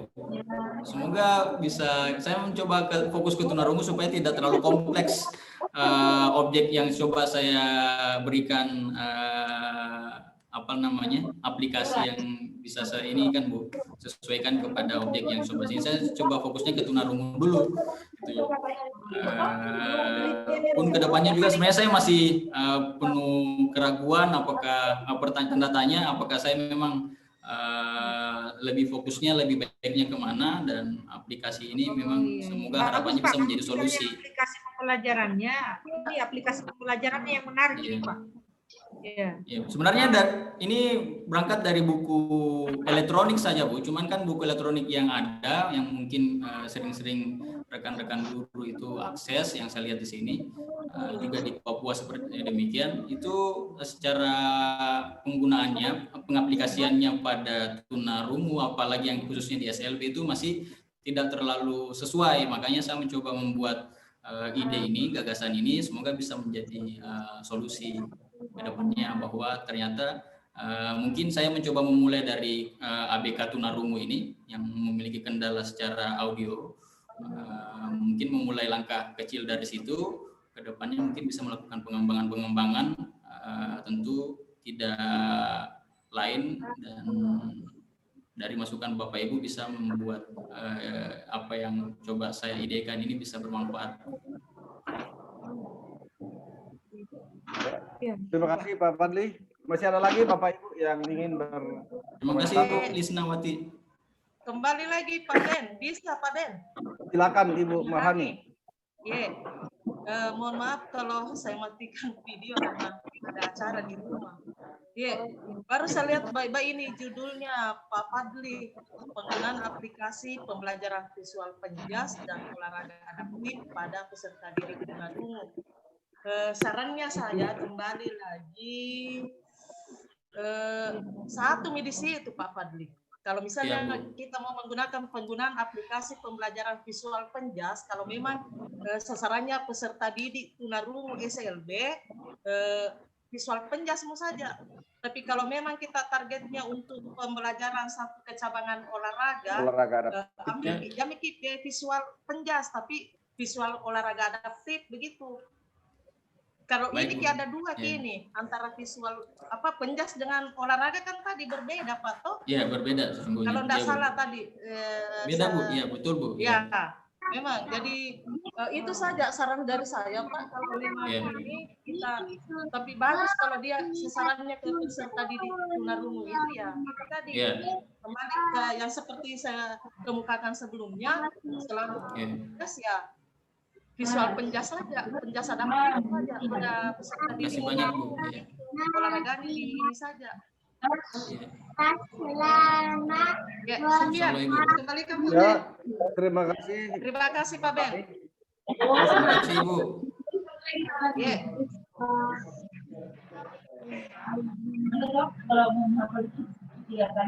Masih ada Bapak Ibu? Masih bisa? Saya kira cukup. Ibu Sri Bahriati kayaknya. Ya. Cukup. Oke. Ya kalau tidak ada lagi, saya kembalikan ke Pak Ketua Kelas